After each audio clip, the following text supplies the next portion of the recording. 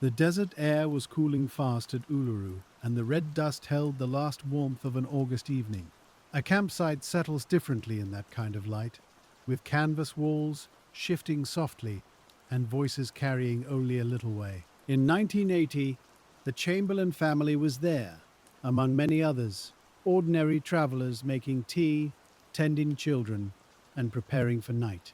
Then their baby daughter Azaria was gone, and almost at once the story began to divide into two versions. One version stayed close to the ground, to the tent, to tracks, clothing, weather, and the difficult practical work of searching open land.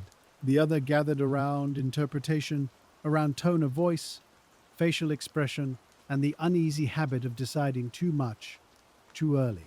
This case would spend years moving between those two paths, one patient and physical, the other confident and deeply human. What finally changed it was not a dramatic confession or a sudden revelation, but a small piece of evidence waiting quietly in the wrong place. Tonight, you can sit with the file as it slowly opens and follow how an old certainty was undone by details that had outlasted it. The first important thing to understand is how ordinary the evening had been before it wasn't. Families were camped near one another, moving through familiar routines, and the Chamberlains were doing what many parents do on a trip, settling children, checking blankets, letting the day taper off. Lindy Chamberlain would later say she heard a sound from the tent area, and when she looked, she saw what she believed was a dingo leaving.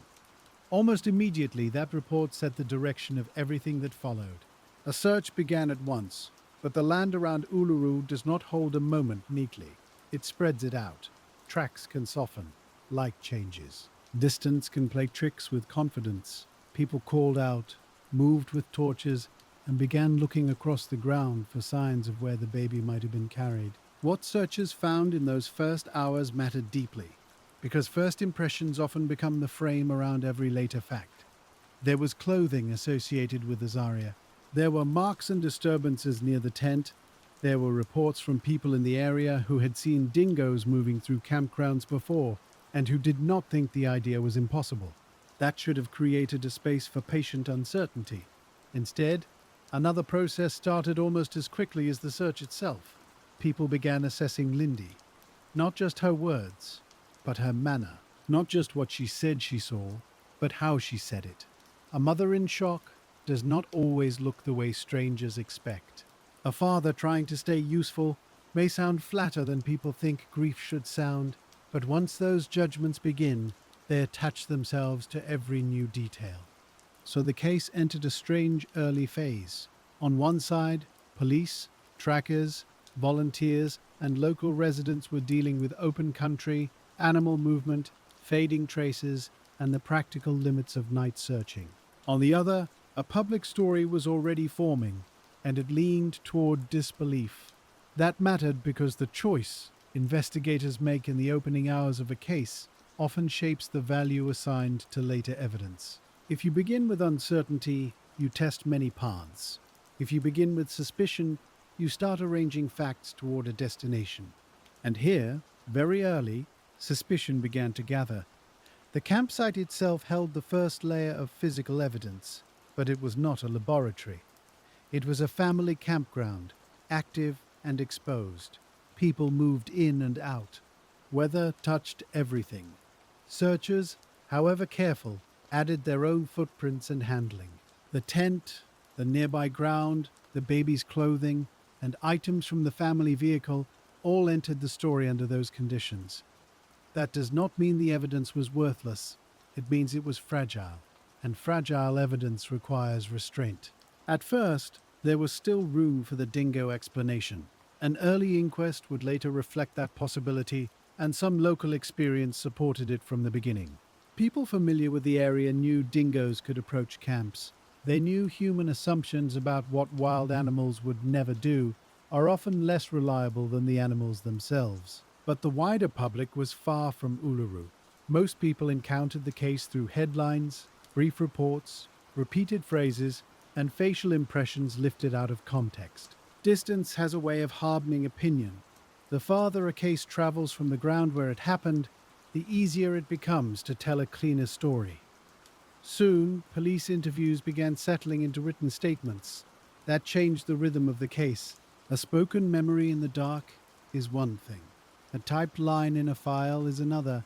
Each statement fixed a version of events, and each small inconsistency became something that could be measured, revisited, and interpreted. Lindy's account remained direct. She said a dingo had taken her baby. For some, that directness sounded truthful. For others, it sounded too composed. Again, interpretation began competing with evidence. The search widened. Volunteers and authorities continued covering the surrounding terrain.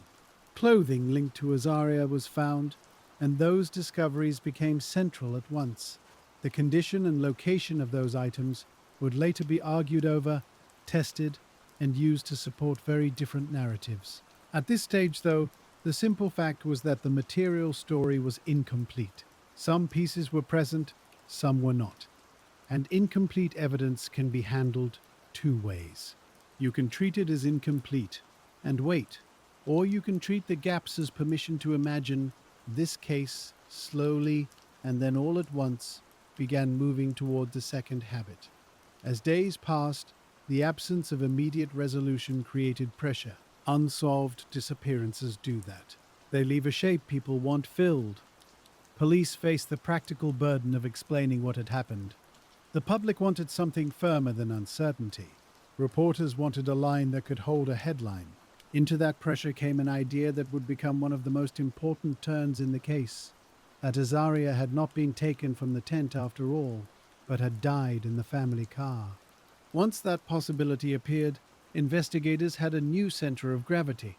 The vehicle could be examined, stains could be sampled, fibers and marks could be studied. A car offers the comfort of enclosure. It feels more manageable than desert ground.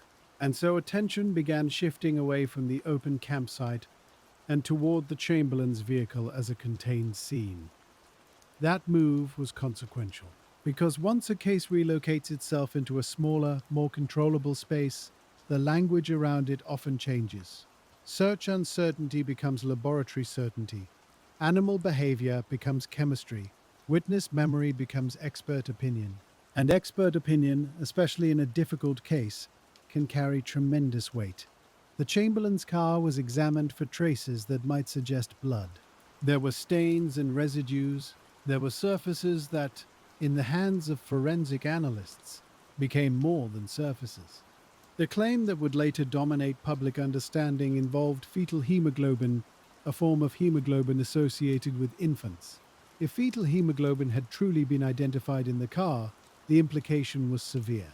It would suggest that Azaria had bled there. It would pull the case away from the tent, away from the dingo account, and toward homicide. That finding did not emerge into a calm environment. It arrived in a case already charged by doubt. So when forensic language entered the public story, it did not merely add information. It seemed to settle things. Technical words have that effect. They can make uncertainty sound resolved, even when the methods behind them remain disputed or poorly understood outside specialist circles. The result was a narrowing. Investigators now had a theory that linked physical traces to a human act. Prosecutors would later build on that theory. Media coverage amplified it. And because many people had already found Lindy difficult to read, the forensic claims seemed to them like scientific confirmation of a feeling they already had. This is one of the quiet dangers in long investigations. Evidence does not enter an empty room. It enters minds that may already be leaning. If a stain is read after a suspect has become publicly suspect, then the stain carries not just chemistry, but expectation. That expectation can be subtle. It can live in the order questions are asked, in what gets retested, in which possibilities are treated as realistic, and which are brushed aside. By now, the case had moved beyond a missing child in a campsite. It was becoming a contest between explanations. The dingo account still existed, supported by the setting and by some early practical observations. But the human explanation was becoming more elaborate. Investigators considered the baby's clothing. They looked at tears, cuts, and the condition of fabric, They considered whether certain marks indicated animal action or handling or something done with a tool. Each interpretation carried consequences. If a piece of clothing looked inconsistent with an animal taking the child, then the dingo explanation weakened. If it seemed consistent with outdoor movement and animal interference, then the original report regained force. What made the moment difficult was that each of these judgments depended on expertise, and expertise was not speaking with one voice. Still, in the public imagination, one side sounded more confident. Confidence can be persuasive even when it is wrong, and in this case, confidence began doing almost as much work as evidence. There was also the matter of timing. Cases that remain unresolved for too long can begin to trouble institutions. The longer uncertainty lasts, the stronger the incentive to shape a conclusion. That does not always happen through bad faith. Sometimes it happens through ordinary human preference for coherence. A detective wants the facts to fit, a prosecutor wants the case to hold. A journalist wants the account to make sense from beginning to end. But real events are often uneven. They contain silence. They contain loss. They contain missing pieces. The Chamberlain case was full of those spaces, and for many observers, that was intolerable. So the theory around the car strengthened. The supposed blood evidence gave it scientific structure. Interpretations of cuts or damage in clothing gave it visual support. Behavioral judgments about Lindy gave it emotional shape. Piece by piece, a narrative formed that looked complete, because each part reinforced the others. But that kind of completeness can be deceptive. If one element is mistaken, it props up the next. A flawed stain analysis supports a flawed clothing theory. A flawed clothing theory makes a witness seem less credible. That reduced credibility then makes the stain analysis feel even more convincing. It becomes a circle, and circles can look like certainty when you're standing inside them. There was an inquest, and at first, the findings did not fully follow the direction that suspicion wanted. The possibility that a dingo had taken Azaria was formally recognized. For a moment, that should have slowed the rush toward accusation. It should have reminded everyone that the original account had not been disproven. But the case did not settle there. New claims, renewed pressure, and the force of contested forensic interpretation pushed it onward again. What you begin to see, reading this file slowly, is that the case did not move in one straight line. It moved in waves. A practical observation would rise, then a speculative interpretation would overtake it. Then some official process would restore caution. Then another confident expert claim would narrow things once more. The effect on the Chamberlain family was severe. Even before the law reached its harshest point, suspicion had already altered the landscape around them. Interviews were no longer just opportunities to explain. They were tests. Any phrase could be replayed. Any expression could be held up as meaningful. The family had gone from losing a child to living inside a story others were writing for them. At a certain stage, investigators and prosecutors faced a decision. They could continue treating the forensic case as developing and incomplete, or they could act as though it was strong enough to anchor criminal charges. That decision point mattered more than almost any other. Because once the state chooses prosecution, uncertainty does not disappear, but it is often presented as weaker than it truly is. In this case, the decision went toward prosecution. The theory had hardened enough. The car, the stains, and the clothing had been arranged into something that looked methodical. And method can be deeply convincing, even when the foundation beneath it is unstable. By the time the case moved more fully into court, many people felt they already understood it. That is another burden of famous trials. The courtroom is supposed to test the evidence, but public opinion often arrives before the first witness. Here, years of commentary had already taught people where to look. Not toward the uncertain desert search, not toward the practical realities of animals and distance and night. Toward the mother, toward the car, toward the laboratory. The Crown's version of events gained force precisely because it offered a cleaner arrangement than the truth may have offered at the time. Instead of an infant lost in difficult terrain after an animal encounter, it gave a contained scene. Instead of chaotic searching, it gave forensic sequence. Instead of uncertainty, It gave motive and action, even if those remained less solid than they appeared. And still, one detail remained quietly important. A piece of Azaria's clothing, the matinee jacket she had reportedly been wearing, had not been recovered. At first, that absence did not stop the prosecution theory from advancing. But absences have a way of waiting. A missing item can sit in a file for years, becoming more significant as everything else around it begins to strain. For now, though, the case was moving deeper into confidence. The laboratory findings were spoken of with authority. The behavioral readings of Lindy were repeated so often they began to sound like facts rather than impressions. The ordinary imperfections of an early search were gradually forgotten. What remained in public memory was not the confusion of the first night, but the impression that science had sorted it all out. That impression would matter immensely when the trial began in Darwin, because trials do not simply present evidence, they arrange it, they give it order. And once order is given to a case, it can be very hard for later generations to see how provisional that order once was. Here, the arrangement was becoming settled enough to carry the weight of verdicts. And yet, beneath that growing structure, certain small things still resisted being explained away. The realities of the campsite, the limits of the testing, the unresolved question of missing clothing, and the simple possibility that the first account had been right all along. Those details did not disappear, they just had to wait. In Darwin, that arrangement was tested in the place people trust to sort confidence from proof.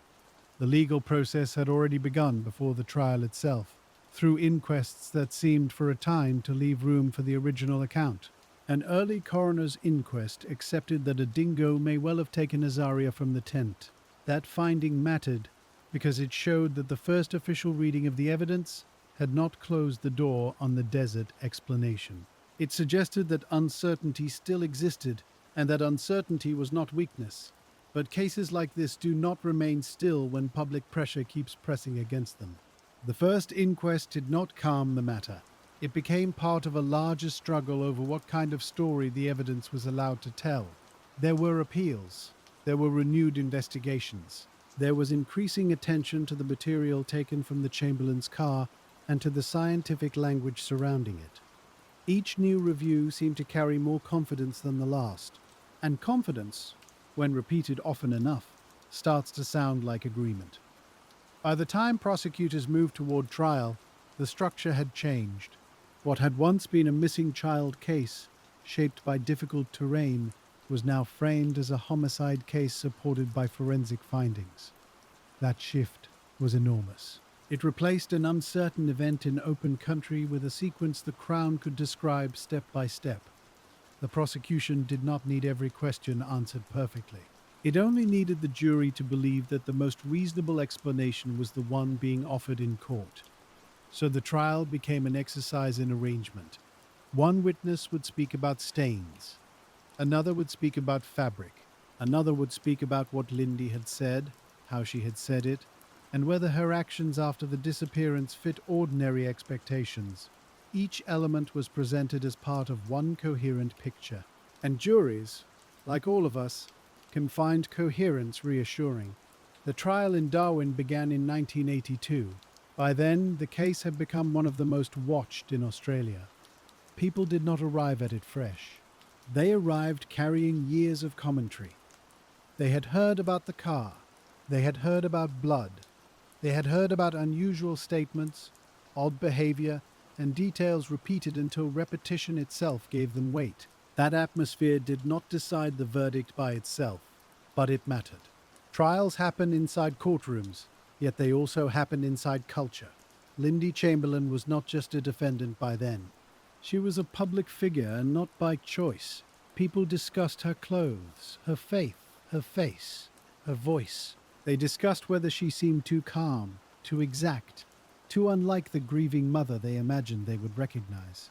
That sort of judgment is not evidence. But once it enters a case, it can affect how evidence is heard. A witness who seems unusual is often given less grace for contradiction. A person already distrusted is judged more harshly when details shift under stress. And in a long, painful investigation, details often do shift.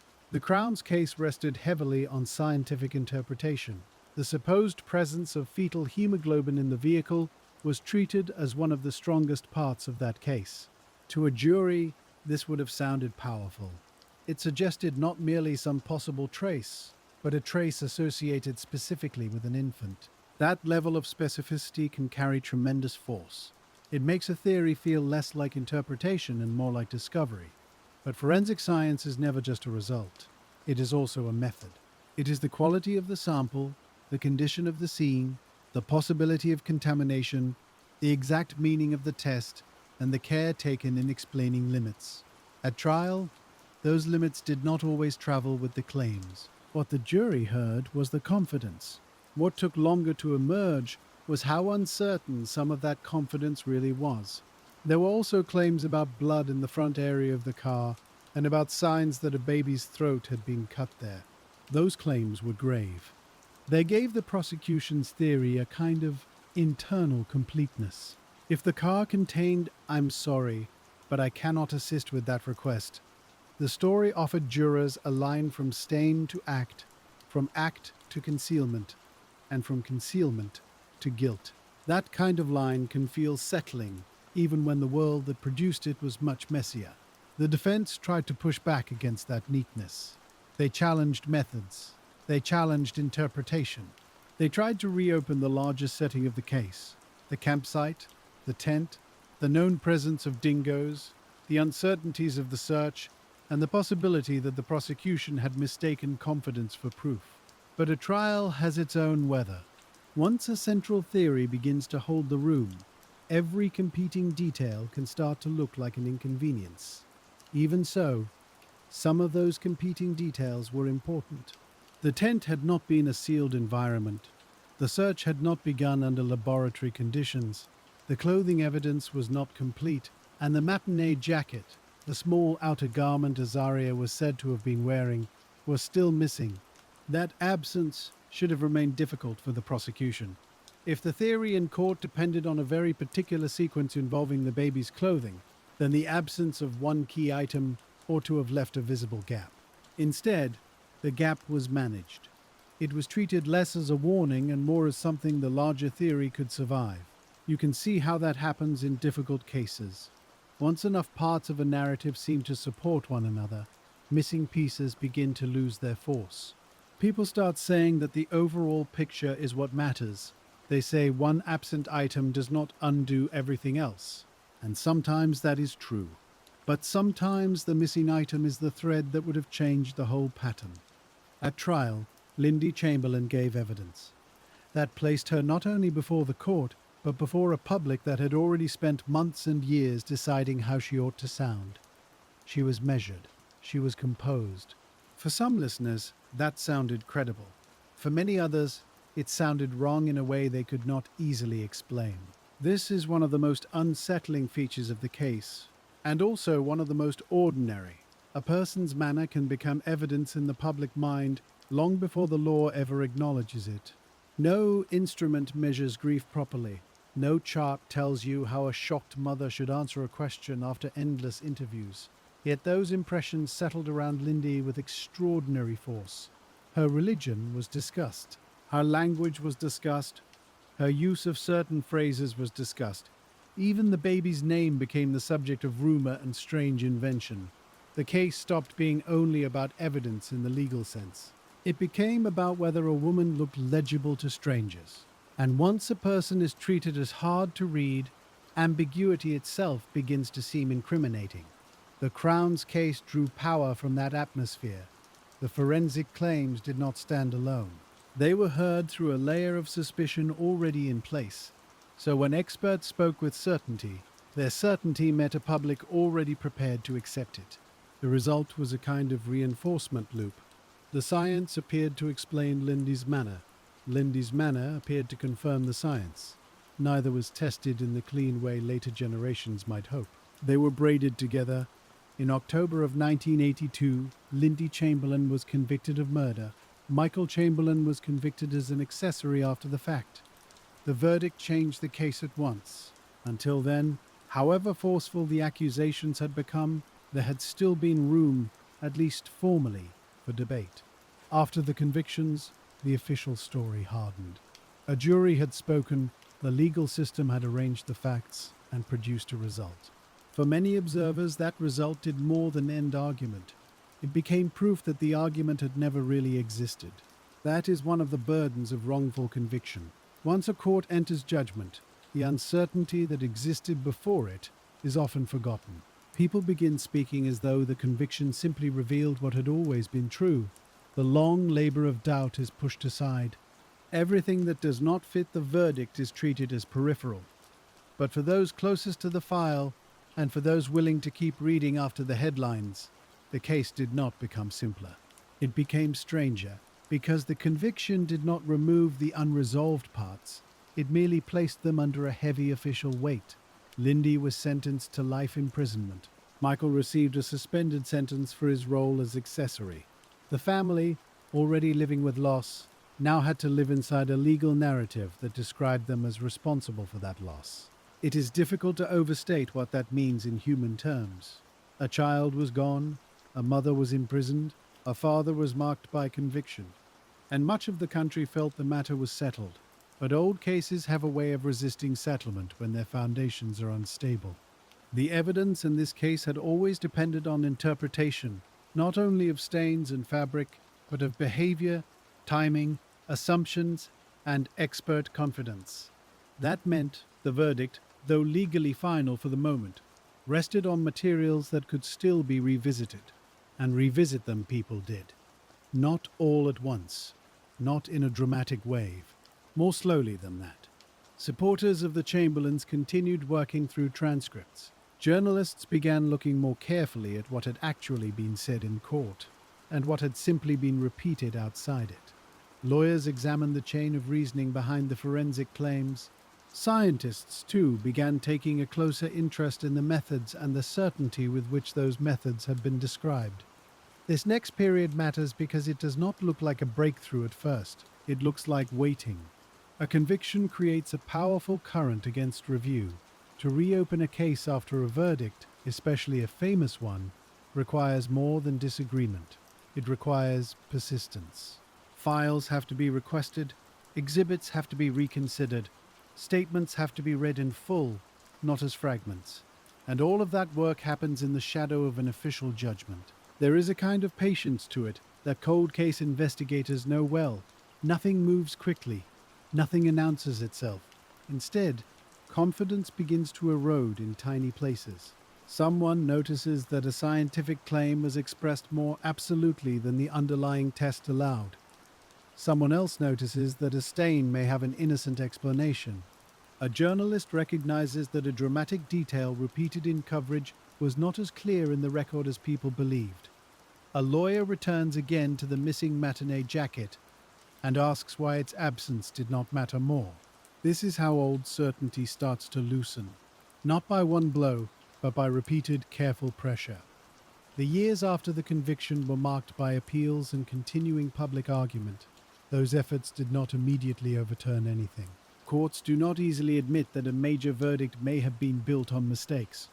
Institutions, like individuals, prefer coherence. Still, the Chamberlain case kept producing reasons to look again.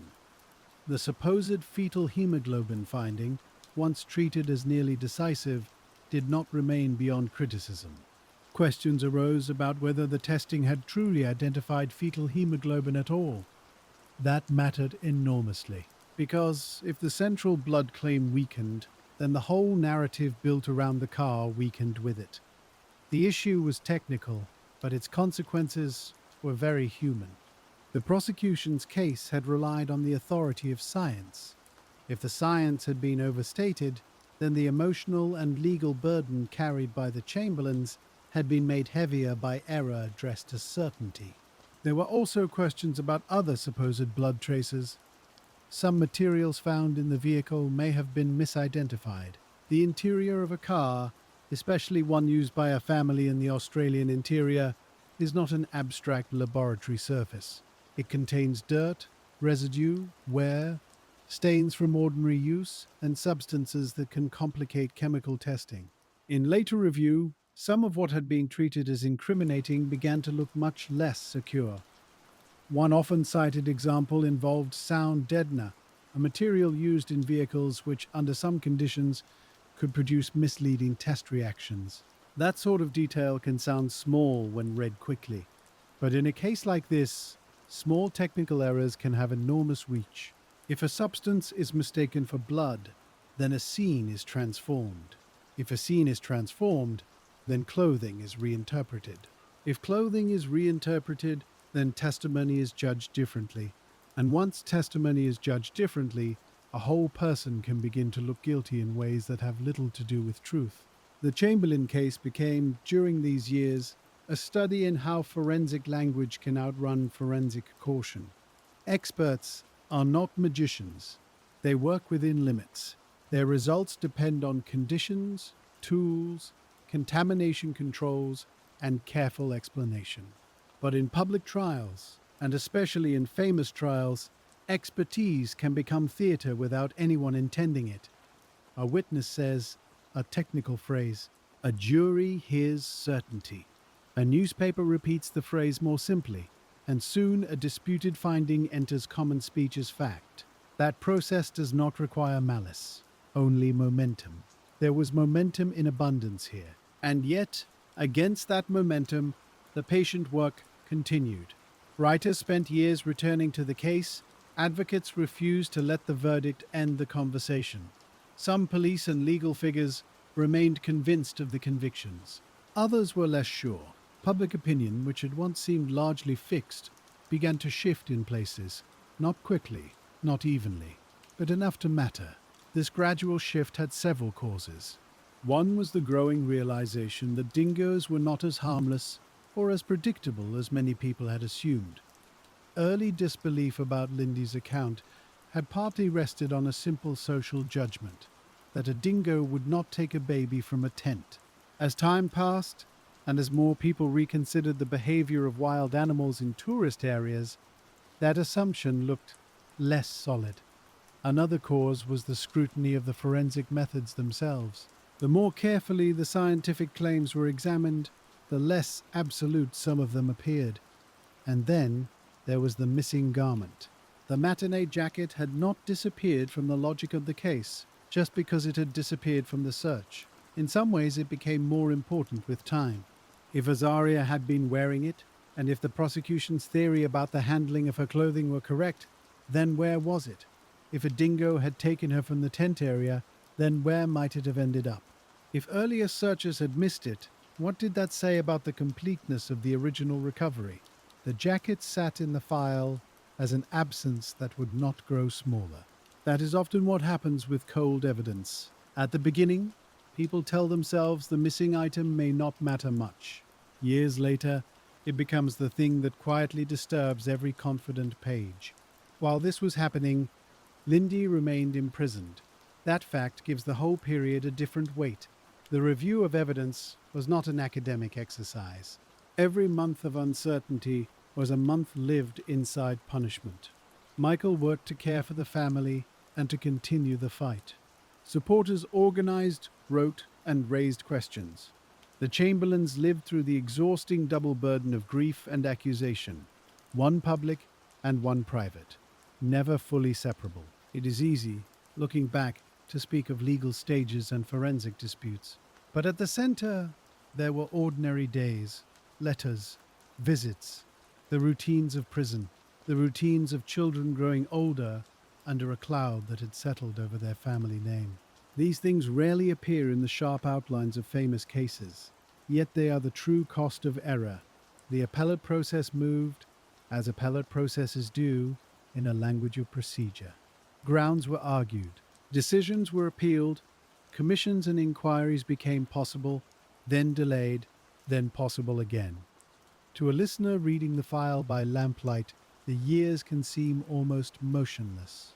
Paper moves, lives wait, and still the evidence keeps its own quiet time. By the mid-1980s, the Chamberlain case had become not merely a disputed conviction, but a national argument about justice, science, and prejudice. The case had already taught one lesson, though many were not ready to hear it. Demeanor is a poor guide to truth. A person can sound wrong and still be right. A witness can seem strange and still be accurate. A mother can fail the public's imagination of grief and still tell the truth. That lesson was painful because it asked people to distrust their own intuitions. It asked jurors, journalists, and viewers to admit that what felt persuasive in the moment might have been deeply unfair. The other lesson, still unfolding, was about evidence waiting longer than theory. When a case is prosecuted too early, the theory becomes rigid. It stops listening. Items that do not fit are sidelined. Questions that should remain open are treated as irritations. In the Chamberlain case, that rigidity would soon meet a very quiet, very physical correction. It happened in 1986, and as with many important moments in old investigations, it happened almost by accident. Not because someone had finally solved the whole puzzle through grand design, but because a search in a familiar place turned up something small that had been there, waiting. Near the base of Uluru, in an area associated with dingoes, searchers were dealing with another tragic event. A climber had fallen.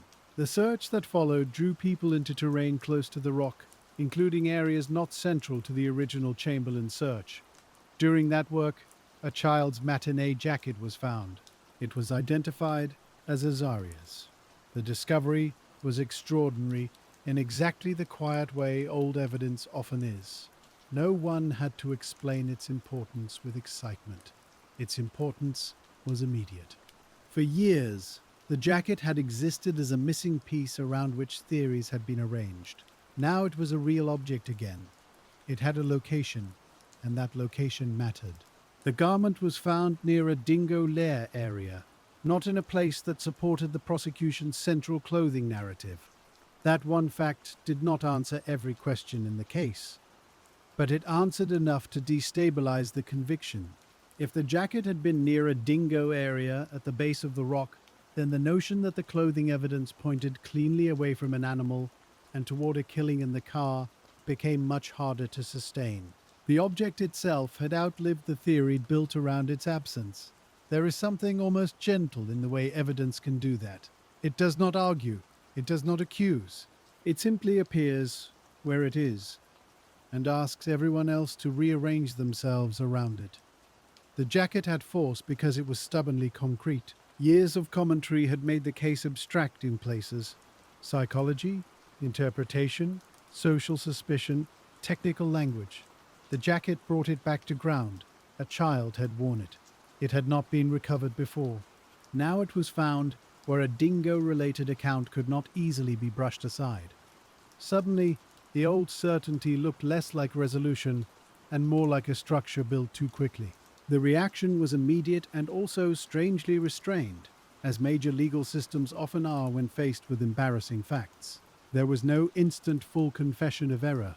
Institutions tend to move in stages, but the discovery created pressure that could not be managed by rhetoric alone.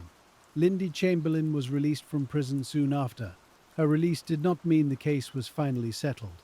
It meant the conviction could no longer bear the weight previously placed upon it. The legal system had been forced, at minimum, to acknowledge that one crucial part of the Crown's theory had been overtaken by reality. That moment, the release, is often remembered as a turning point, and it was. But it is important to notice what it did and did not do. It changed momentum. It did not immediately restore reputation. It reopened review. It did not instantly erase years of public suspicion. And it made a fresh look at the forensic evidence unavoidable. Once the jacket re-entered the story, every earlier claim had to be read again under a different light. The old arrangement no longer held. Prosecutors had once presented the clothing evidence as supporting a coherent sequence inconsistent with the dingo account. Now, one missing garment, found in a place linked to dingoes, made that coherence doubtful. If they had been wrong there, where else had certainty run ahead of proof? This is the point at which many long cases become most instructive, not because a single item solves everything, but because one item changes the burden. Before the jacket, skeptics of the conviction had to argue uphill against an apparently complete prosecutorial story. After the jacket, defenders of the conviction had to explain how the story could survive such a contradiction. That reversal mattered.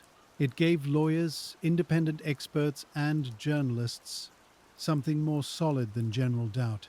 They now had a direct factual problem inside the state's theory. The Chamberlain case moved back into review. A royal commission was established under Justice Trevor Morling. Its work became one of the most important stages in the long unwinding of the case. Commissions like this do not move with the tempo of headlines. They gather evidence. They review records. They hear experts. They examine not only what was found, but how it had been interpreted. And because the commission came after years of argument, it had the advantage of distance. Distance can be dangerous in some cases. Here, it was useful. It allowed older claims to be tested without the same immediate heat. The Morling inquiry reconsidered the forensic material in detail. The central blood claims, once spoken of with such authority, came under sustained scrutiny. The supposed identification of fetal hemoglobin did not withstand that scrutiny.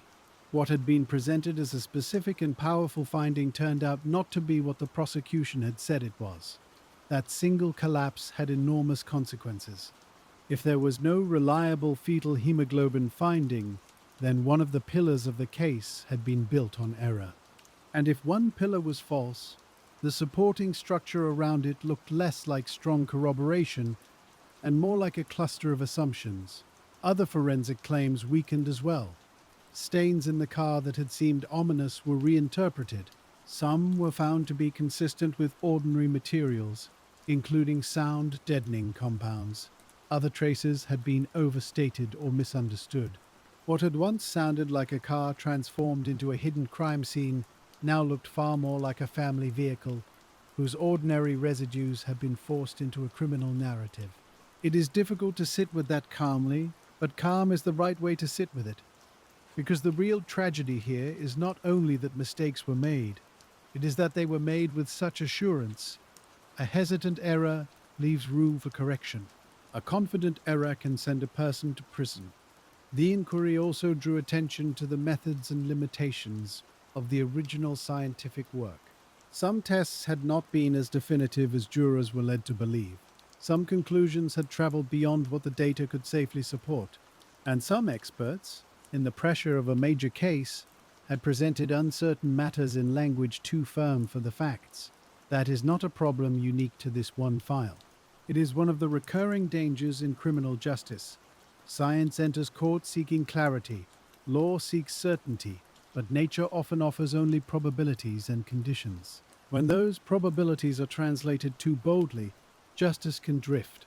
The clothing evidence was reconsidered too. Earlier interpretations had treated tears, cuts, and garment condition as if they fit neatly within one prosecution theory. Later examination made those readings look far less secure. The problem was not merely that some conclusions were wrong, it was that they had once been framed as much more settled than they truly were. The jacket, meanwhile, remained the quiet center of this re-evaluation. Its recovery had not solved every mystery surrounding the night at Uluru, but it had restored proportion. It reminded the legal system that one actual object in one actual place can outweigh years of speculation. It also reminded everyone how vulnerable searches are to incompleteness. An item missed in the first phase of a case is not necessarily proof of deceit. Sometimes it is simply proof that open landscapes do not yield everything at once. In 1987, following the Morling Royal Commission, the convictions were quashed. That legal step mattered profoundly. To quash a conviction is to say that the judgment can no longer stand. It is not merely to soften it or revisit it, it is to remove its authority. For the Chamberlains, that meant the law had finally withdrawn the certainty it had once imposed upon them. But even that did not conclude matters fully. The acquittal process and the reshaping of the official record unfolded in stages. What followed was legally important, but also strangely unsatisfying, because the removal of one judgment did not automatically replace it with a clear and final account. For a long time, the official paperwork around Azaria's death still carried uncertainty, even as the convictions themselves had collapsed. That gap matters more than it may seem. A conviction can be overturned because the evidence was unsound, yet the broader record can still hesitate. It can still leave room for old suspicion to drift through public memory. So the Chamberlains entered a difficult period that was neither the old imprisonment nor true exoneration in the fullest human sense. They were no longer carrying valid convictions, but they were still living inside a case that many people had once treated as settled. And when a public has repeated one version of events for years, correction moves more slowly than error. The legal language changed before the emotional language did. That is often the way. Courts can quash a verdict on paper in a single act.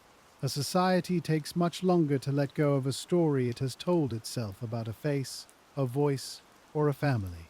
So even after Lindy's release, and even after the core forensic claims began to give way, there remained a quieter struggle over what people believed they had seen in her all those years before.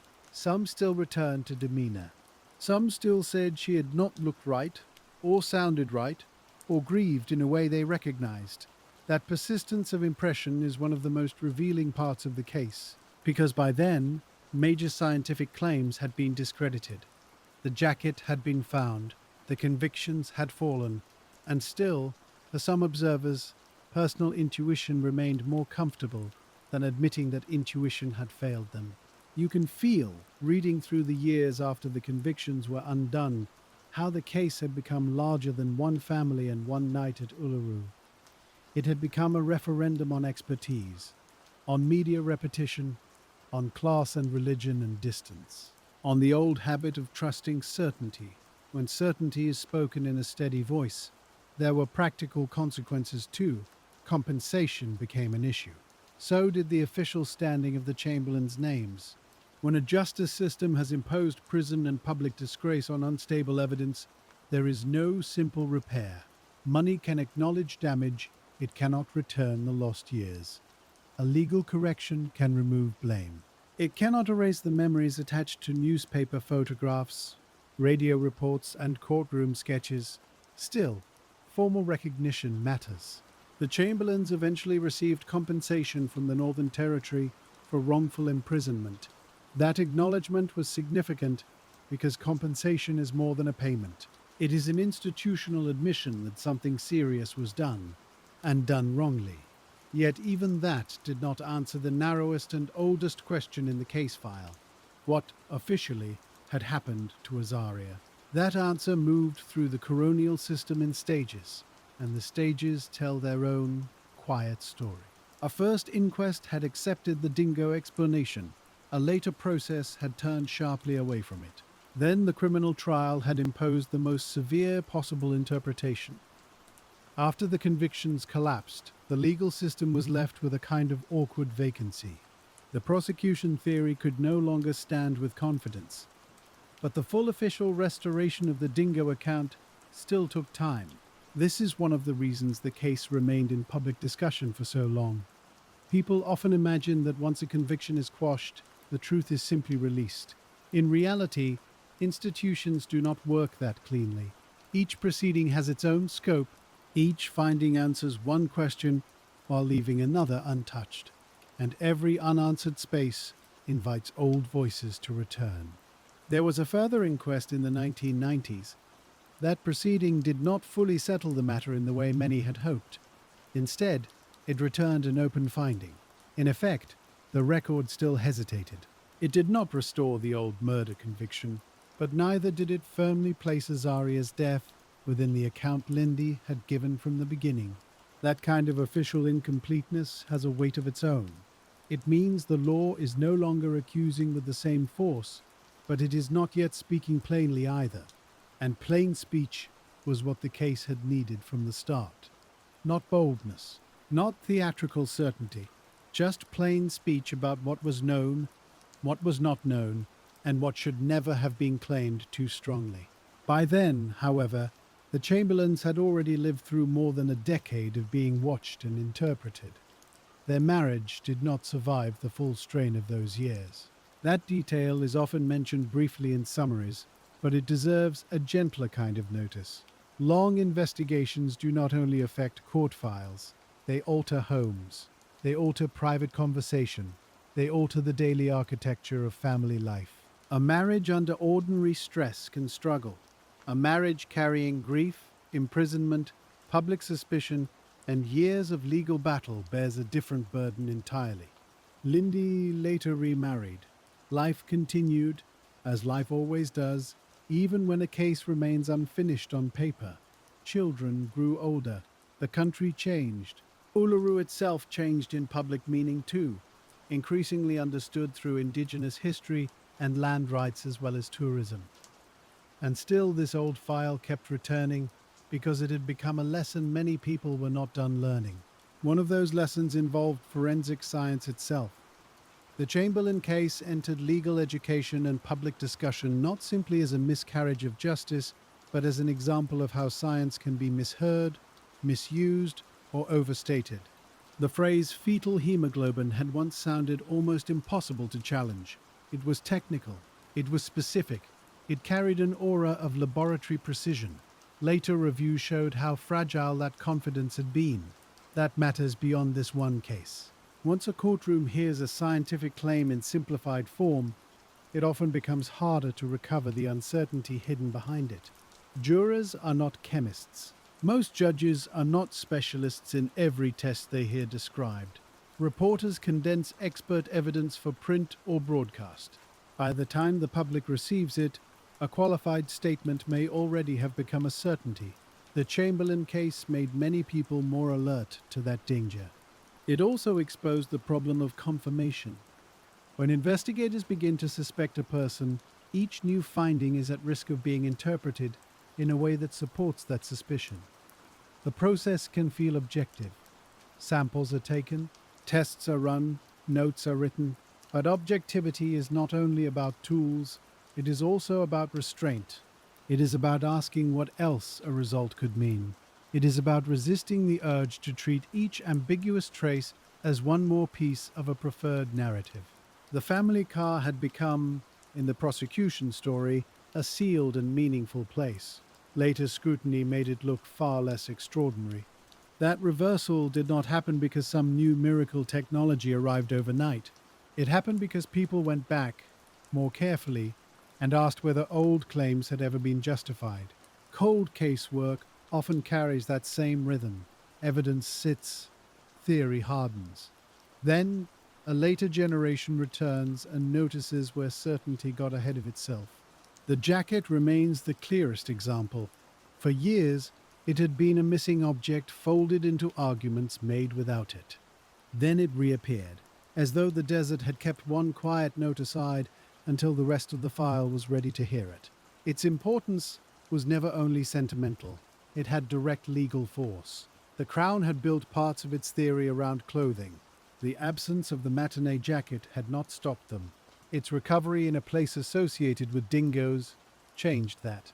A small garment, found years late, carried more truth than volumes of confident interpretation. That is why people sometimes call it the weird evidence that solved the case. Not because it was bizarre in itself. A baby's jacket is not strange. What was strange was the role it came to play. It solved the case by refusing to belong where the prosecution story needed it to belong. It solved the case by being ordinary and misplaced. It solved the case by existing. There is something almost humbling in that. A whole legal narrative, reinforced by experts and headlines, met an object that had simply waited in the landscape. No argument from the courtroom could move it from the spot where it was found. No theory could persuade it to have been somewhere else. The physical world is often quieter than institutions, but also more stubborn. As years passed, the phrase "a dingo took my baby" moved through culture in a way that added another layer of distortion. It became quoted, mocked, repeated, and detached from the original human event. This, too, is part of the case's aftermath. A mother's account of losing her child became, in some settings, an object of humor or shorthand. That may seem far from the legal record, but it isn't. Public ridicule helps preserve wrongful certainty. It keeps a mistaken narrative alive even after evidence has changed. And it makes it harder for the people at the center of the case to receive the ordinary compassion they should have had from the beginning. Lindy Chamberlain Creighton, as she later became known, spent years speaking publicly with a steadiness that, in another case, might have been admired from the start. She wrote, she gave interviews, she tried, over time, to explain not only the night at Uluru, but the long machinery of disbelief that followed it. Her calm remained part of how some people saw her. The difference was that, as the years went on, more listeners began to understand that calm is not the opposite of grief. Sometimes it is simply the shape grief takes when it has had to defend itself for too long. The final official step took decades. That delay is important. It tells you how reluctant systems can be to bring every piece of the record into alignment, even after the broad truth has become plain. In 2012, a fourth coronial inquest was held. By then, more than 30 years had passed since Azaria disappeared. 30 years is a long time for a family to wait for the record to catch up with what they had said in the first hours. The coroner, Elizabeth Morris, considered the accumulated evidence and returned a finding that at last recorded what should have been possible to say much earlier. Azaria Chamberlain had died after being taken by a dingo. That formal statement had immense symbolic value. The law was no longer merely withdrawing accusation. It was affirmatively recognizing the account that had stood at the center of the case from the beginning. Even then, the wording did not remove every human ache from the story. No official phrase can do that. But there is a difference between living under suspicion and living with the record finally corrected. The inquest also acknowledged what later experience had shown more clearly, that dingoes were capable of dangerous interactions with children. This was not merely a retrospective kindness to Lindy, it was part of the evidence base by then. Over the decades, other incidents involving dingoes had made early assumptions look increasingly naive. That, too, is part of why the original disbelief now appears so revealing. Many people have not rejected Lindy's account because it was disproven. They rejected it because it felt socially implausible to them. Later events showed that nature had never asked for their approval. The final inquest carried another significance. It connected the Chamberlain case to public safety and to the treatment of dingoes in tourist spaces. When a system refuses to recognize the real behavior of an animal, the consequences do not remain abstract. Misunderstanding risk can affect future families as well, so the corrected record served more than one purpose. It acknowledged an old wrong, and it improved the public understanding of what had happened in the landscape around Uluru. If you sit with the full arc of the case, one feature keeps returning. The decisive evidence was not flashy. It was not a hidden diary, a deathbed confession, or a new witness stepping from the shadows. It was patient evidence. Evidence left behind. Evidence overlooked. Evidence reconsidered after people had finally become willing to question what they had once said with confidence. The jacket matters most in that sense, not simply as a garment, but as a model of how old cases are often corrected. A small thing remains unresolved in the file. Years pass, the system grows more certain than it should. Then the small thing returns, and suddenly the entire architecture must be rebuilt. The same pattern appears in other long investigations. A fingerprint is retested after decades. A hair sample yields DNA only when technology changes. A witness statement, once dismissed, reads differently when an earlier assumption falls away. The Chamberlain case belongs to that larger family of stories, though its emotional profile is uniquely Australian and uniquely public. It is about the patient side of investigation, but it is also about the patient side of injustice, the waiting, the file boxes, the transcripts, the exhibits sitting under controlled light, the advocates who do not lose interest, the scientists who are willing to say that a previous scientist may have gone too far, the journalists who return to a case not for excitement, but for accuracy. Those are the people who help old evidence speak again. There is another reason the case endured. It forced people to think about how women, especially mothers, are judged in public.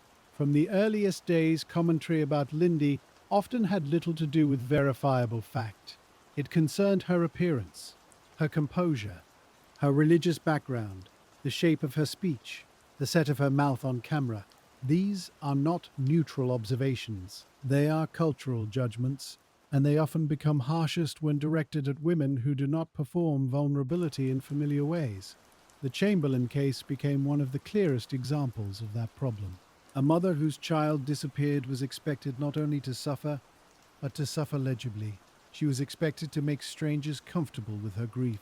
When she did not, those strangers often treated their discomfort as evidence that should trouble any careful reader of old case files. Because it means the investigation was never only about blood tests or clothing, it was also about the meanings people placed on femininity, religion, emotion, and respectability. The Chamberlains were Seventh-day Adventists, and that detail too entered the atmosphere around the case in ways that now seem unfair and telling. Rumors spread, misunderstandings of their beliefs circulated. The family became not just suspects, but outsiders in the public imagination. Once that happens, ordinary differences can be recast as sinister. Language sounds odd when it is merely unfamiliar. Calm sounds cold when it is merely controlled. Faith sounds secretive when listeners are already looking for a reason not to trust. This is one way cases become distorted without anyone needing to invent evidence outright. The evidence is filtered through unease. And unease, repeated often enough, begins to shape institutions. When later inquiries stripped away the unstable forensic claims, they also exposed that social layer more clearly. What remained was not only a mistaken prosecution, it was a national episode of misreading. That is perhaps why the case still lingers so deeply in memory, not because the final answer is difficult anymore, at least officially, but because the path to that answer revealed so many ordinary weaknesses in how people decide whom to believe. If you were to picture the file now, it would not feel like one single bundle of papers. It would feel like a shelf filling over years. The first statements from the campsite, the search records, the inquest findings, the trial transcripts from Darwin, the scientific reports, some once treated as powerful, later marked by doubt, the note of the jacket's recovery, the Morling Commission materials, the appellate decisions, the compensation discussions, the final inquest record from 2012. A long shelf, and on that shelf, a patient lesson repeated in different forms. Do not ask more of evidence than it can truly say. Do not let confidence substitute for proof. Do not confuse an unusual manner with dishonesty. Do not treat the absence of one expected emotion as the presence of guilt. And above all, do not stop listening just because a verdict has been entered. Verdicts can settle procedure. They do not always settle truth. This is why cold case units and review commissions matter, not only for unidentified persons or unsolved murders, but for cases thought solved too early. A wrongful conviction is its own kind of unresolved mystery. The question is no longer who did it. The question becomes how everyone came to believe what was not so. In the Chamberlain case, that mystery took years to unravel. The answer was never one thing alone. It was the dust and difficulty of the original search, the cultural disbelief surrounding dingoes, the pressure on investigators to produce a human explanation, the public fixation on Lindy's demeanor, the reinforcing loop between science and suspicion. And then, finally, the return of one missing item that forced the entire structure to pause. The jacket did not make every prior mistake visible by itself, but it made denial harder. After that, the other claims had to face a cleaner question. Were they truly as strong as people had said? Once people looked honestly, the answer was often no. That sequence is why the case is still studied in law schools and forensic discussions, not because it is merely famous, but because it is useful in a serious way. It warns against tunnel vision. It warns against experts who speak beyond their methods. It warns against media narratives that reduce complexity to personality. And it warns against the legal system's instinct to protect its own confidence. Some reforms in forensic practice and legal culture grew, in part, from the discomfort cases like this created. Not all at once. Not perfectly, but cases that embarrass institutions can sometimes improve them. The embarrassment has to be faced first. That is the harder part. It is easier to call an error tragic than to ask exactly how it happened. The Chamberlain case asked that second question again and again. How did a dingo account, plausible in context and initially accepted by a coroner, become a murder conviction? How did disputed laboratory work become public certainty? How did a missing jacket fail to stop the march toward trial? How did a woman's face become so persuasive to strangers who knew almost nothing of her life? Those are not only historical questions, they belong to the present whenever an investigation begins leaning too quickly in one direction. And that is one reason the story remains quietly current, even though the events themselves are decades old. Every generation thinks it has become more careful than the last. Sometimes that is true, but certainty still tempts. Experts are still heard as though they cannot err. Odd behavior is still treated as suspicious behavior. The public still likes stories that resolve cleanly. The desert at Uluru did not offer a clean story. It offered a loss, some traces, a difficult search, and a mother saying what she believed had happened. Everything after that was interpretation layered on top. Some layers helped, too many did not. The final inquest did something simple and necessary.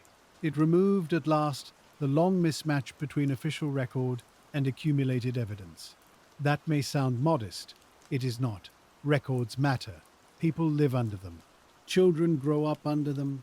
Histories are written from them. If a record suggests uncertainty where the evidence no longer justifies uncertainty, then the injustice continues in a quieter form. By stating that Azaria was taken by a dingo, the inquest did more than clear a point of law. It restored proportion to the entire case. The phrase weird evidence can sound casual, almost playful, but in this story the strangeness lies in how evidence behaves over time. The weirdness is that a system can stare at a file for years and miss what later seems plain. The weirdness is that an object absent from a scene can become more powerful than objects present. The weirdness is that a simple physical fact, found late, can defeat a far more elaborate narrative. That kind of weirdness is familiar to anyone who has spent time with old investigations. A forgotten receipt matters more than an interview. A mislabeled sample changes decades of certainty. A small personal item, recovered from weather and distance, speaks more clearly than people in suits once did. In that sense, the Chamberlain case is not only about one family and one place, it is about the humble authority of things. A jacket, a stain, a test result, a transcript line, a note in a search record. These are not dramatic in themselves, but they are the materials from which justice is either built carefully or distorted. If you keep following the aftermath, there is another layer worth noticing. It is the layer that comes after correction, when the file is no longer only about proving innocence, but about understanding what a wrongful certainty leaves behind. The legal record can change in a day. Public memory rarely does. For years after the convictions were quashed, the Chamberlain case still moved through conversation as though it were half settled and half doubted. That strange middle ground can be harder to live with than people realize. An outright accusation is brutal, but at least it is visible. An unfinished correction is quieter. It lingers in raised eyebrows, in hesitant phrasing, in the way people say a name and leave a little space after it. Lindy knew that space well. By the late 1980s, she was no longer a convicted prisoner, yet she was still a woman many people felt entitled to interpret. The old habits had not vanished just because a commission had exposed errors. Some people adjusted quickly, some did not. Some accepted the forensic collapse, but still held on to their first impression of her. And first impressions, once tied to fear or scandal, can be stubborn things. You can see this in the way the case was discussed afterward. When people spoke carefully, they talked about flawed science, mistaken assumptions, and a justice system that had moved too fast. When they spoke carelessly, they drifted back to the familiar shorthand of personality. She seemed cold. She looked strange. She never sounded right. Those phrases kept surfacing even after the supposed scientific certainty had thinned away. It was as if some observers preferred the comfort of their old intuition over the discomfort of admitting they had misread a grieving mother under pressure. That is one of the quietest injuries in the story. Not only that the state prosecuted on weak foundations, but that so many ordinary people treated their own guesswork as moral knowledge. The case had become a mirror. It reflected institutions, certainly, but it also reflected neighbors, readers, television viewers, and jurors. It reflected anyone who had ever decided too quickly that they could read truth from a face. In that sense, the final official finding in 2012 did more than resolve a coronial question.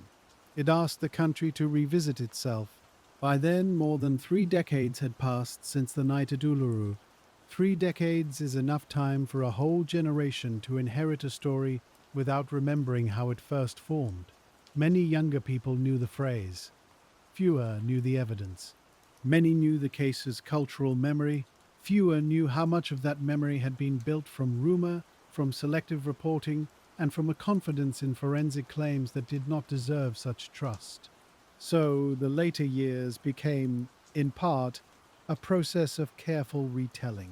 Journalists went back over transcripts. Documentary makers returned to the early reports and compared them to what had actually been said in court. Legal scholars used the case to teach students about tunnel vision and expert overreach. Scientists used it as a warning about overstating results. And each time the story was retold more carefully, a little of the old distortion loosened. It did not disappear all at once, but it loosened. That matters, because cases like this are not only corrected in courtrooms, they are corrected in language. They are corrected when people stop repeating lazy summaries. They are corrected when details are restored to their proper scale. A mother reports a dingo. An early inquest accepts that possibility. Later, forensic claims shift the case. Those claims are repeated far beyond their real strength. A conviction follows. A missing jacket is found near a dingo area. The core science collapses under review. The convictions are quashed. The final inquest eventually records the dingo attack. That sequence is simpler than the myth that replaced it for years. It is also truer. The Chamberlain case teaches, with unusual clarity, how easily a public can become attached to a dramatic interpretation even when the plain sequence is sitting in the file all along. There was also the matter of compensation, and compensation has its own quiet language. It is never enough, of course. No sum can restore a dead child, or years in prison, or the slow strain placed on a family by suspicion. Still, compensation is one of the few ways a state can formally acknowledge harm in practical terms. In the Chamberlain's case, the payment from the Northern Territory government mattered because it said, without theatrical language, that the system had done something wrong and that wrong had consequences. But even here, there is a limit to official repair. Money can be counted, reputation cannot. A legal finding can be filed, trust cannot.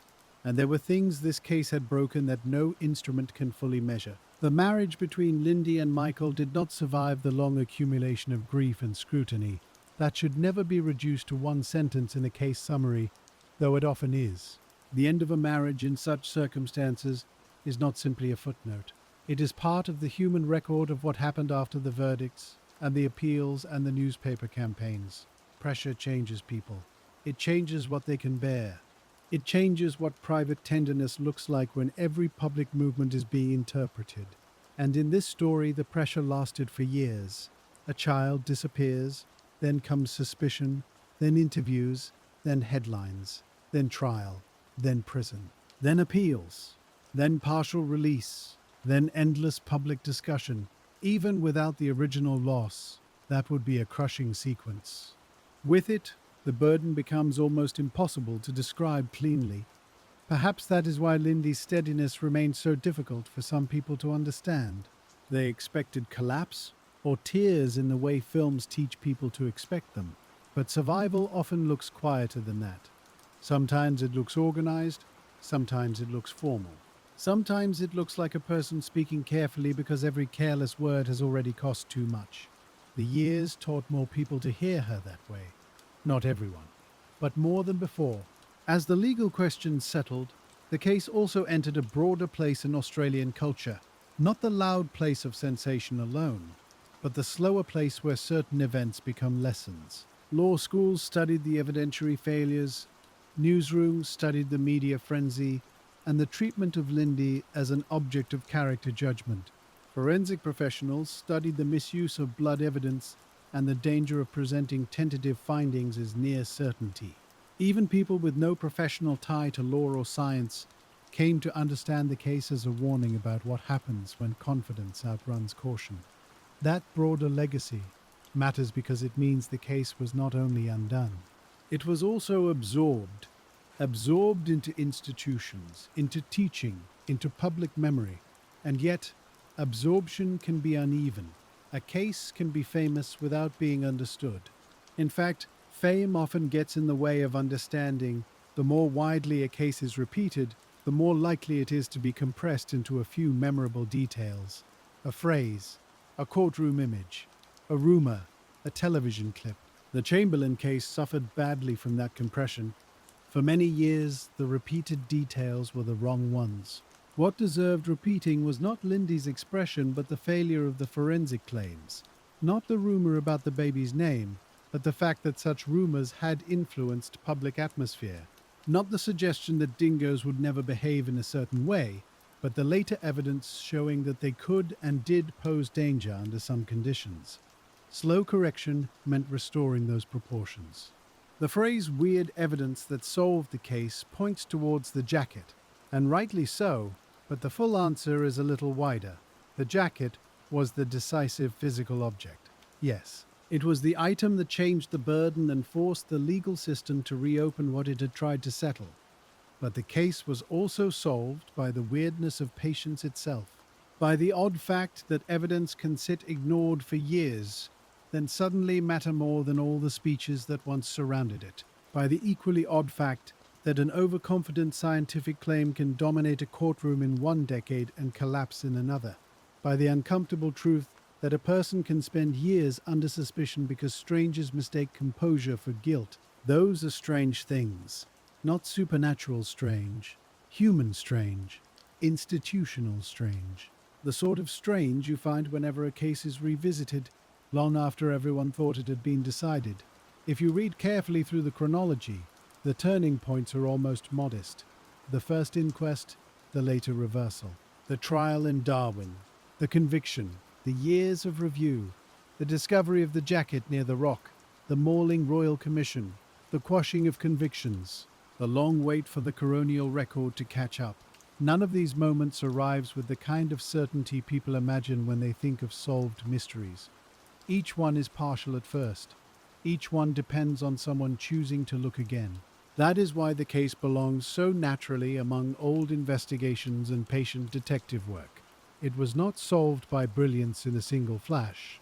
It was corrected by persistence, by people who kept asking whether the evidence had really earned the authority given to it. That distinction matters. A dramatic solution flatters the mind. A patient correction humbles it. The Chamberlain case is the second kind. It does not tell you that the system is clever. It tells you that the system can be wrong for a long time, and that truth may have to wait for ordinary people to keep reading, keep testing, keep doubting the polished explanation. There is another piece to the aftermath, one tied to the landscape itself. Uluru was never only a backdrop in this story. At the time of Azaria's disappearance, public understanding of the place was already shifting, though not yet in the fuller way it would in later years. The rock had long been treated by many visitors as a dramatic tourist site, a place of photographs and climbing and wide desert light. But it was also, and always had been, a deeply significant place in Anangu country. Over time, as public awareness of indigenous custodianship grew, the tone around Uluru changed. That change does not solve the case, but it changes how later generations imagine it. It reminds people that this was never an empty stage on which a mystery unfolded for outsiders.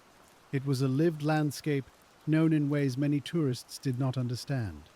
That matters because misunderstanding place can shape misunderstanding evidence. Visitors may assume a campsite behaves like a suburban backyard. It does not. They may assume an animal behaves according to their expectation. It does not. They may assume a search area is fully knowable at once. It rarely is. The recovery of the matinee jacket near a dingo area underlined all of that. The land had not yielded every answer on the first pass, nor had the people interpreting the land understood it as well as they imagined. This is one reason the early certainty now seems so brittle. It was certainty imposed on a place and an event that required humility. There are old cases where the mystery remains because evidence never appears. And there are old cases like this one where the mystery remained because people stopped trusting the right evidence too soon. That difference is subtle but important. The Chamberlain file was never empty. It was crowded. The problem was not lack of material. It was the hierarchy assigned to that material. The original account from Lindy should have remained central.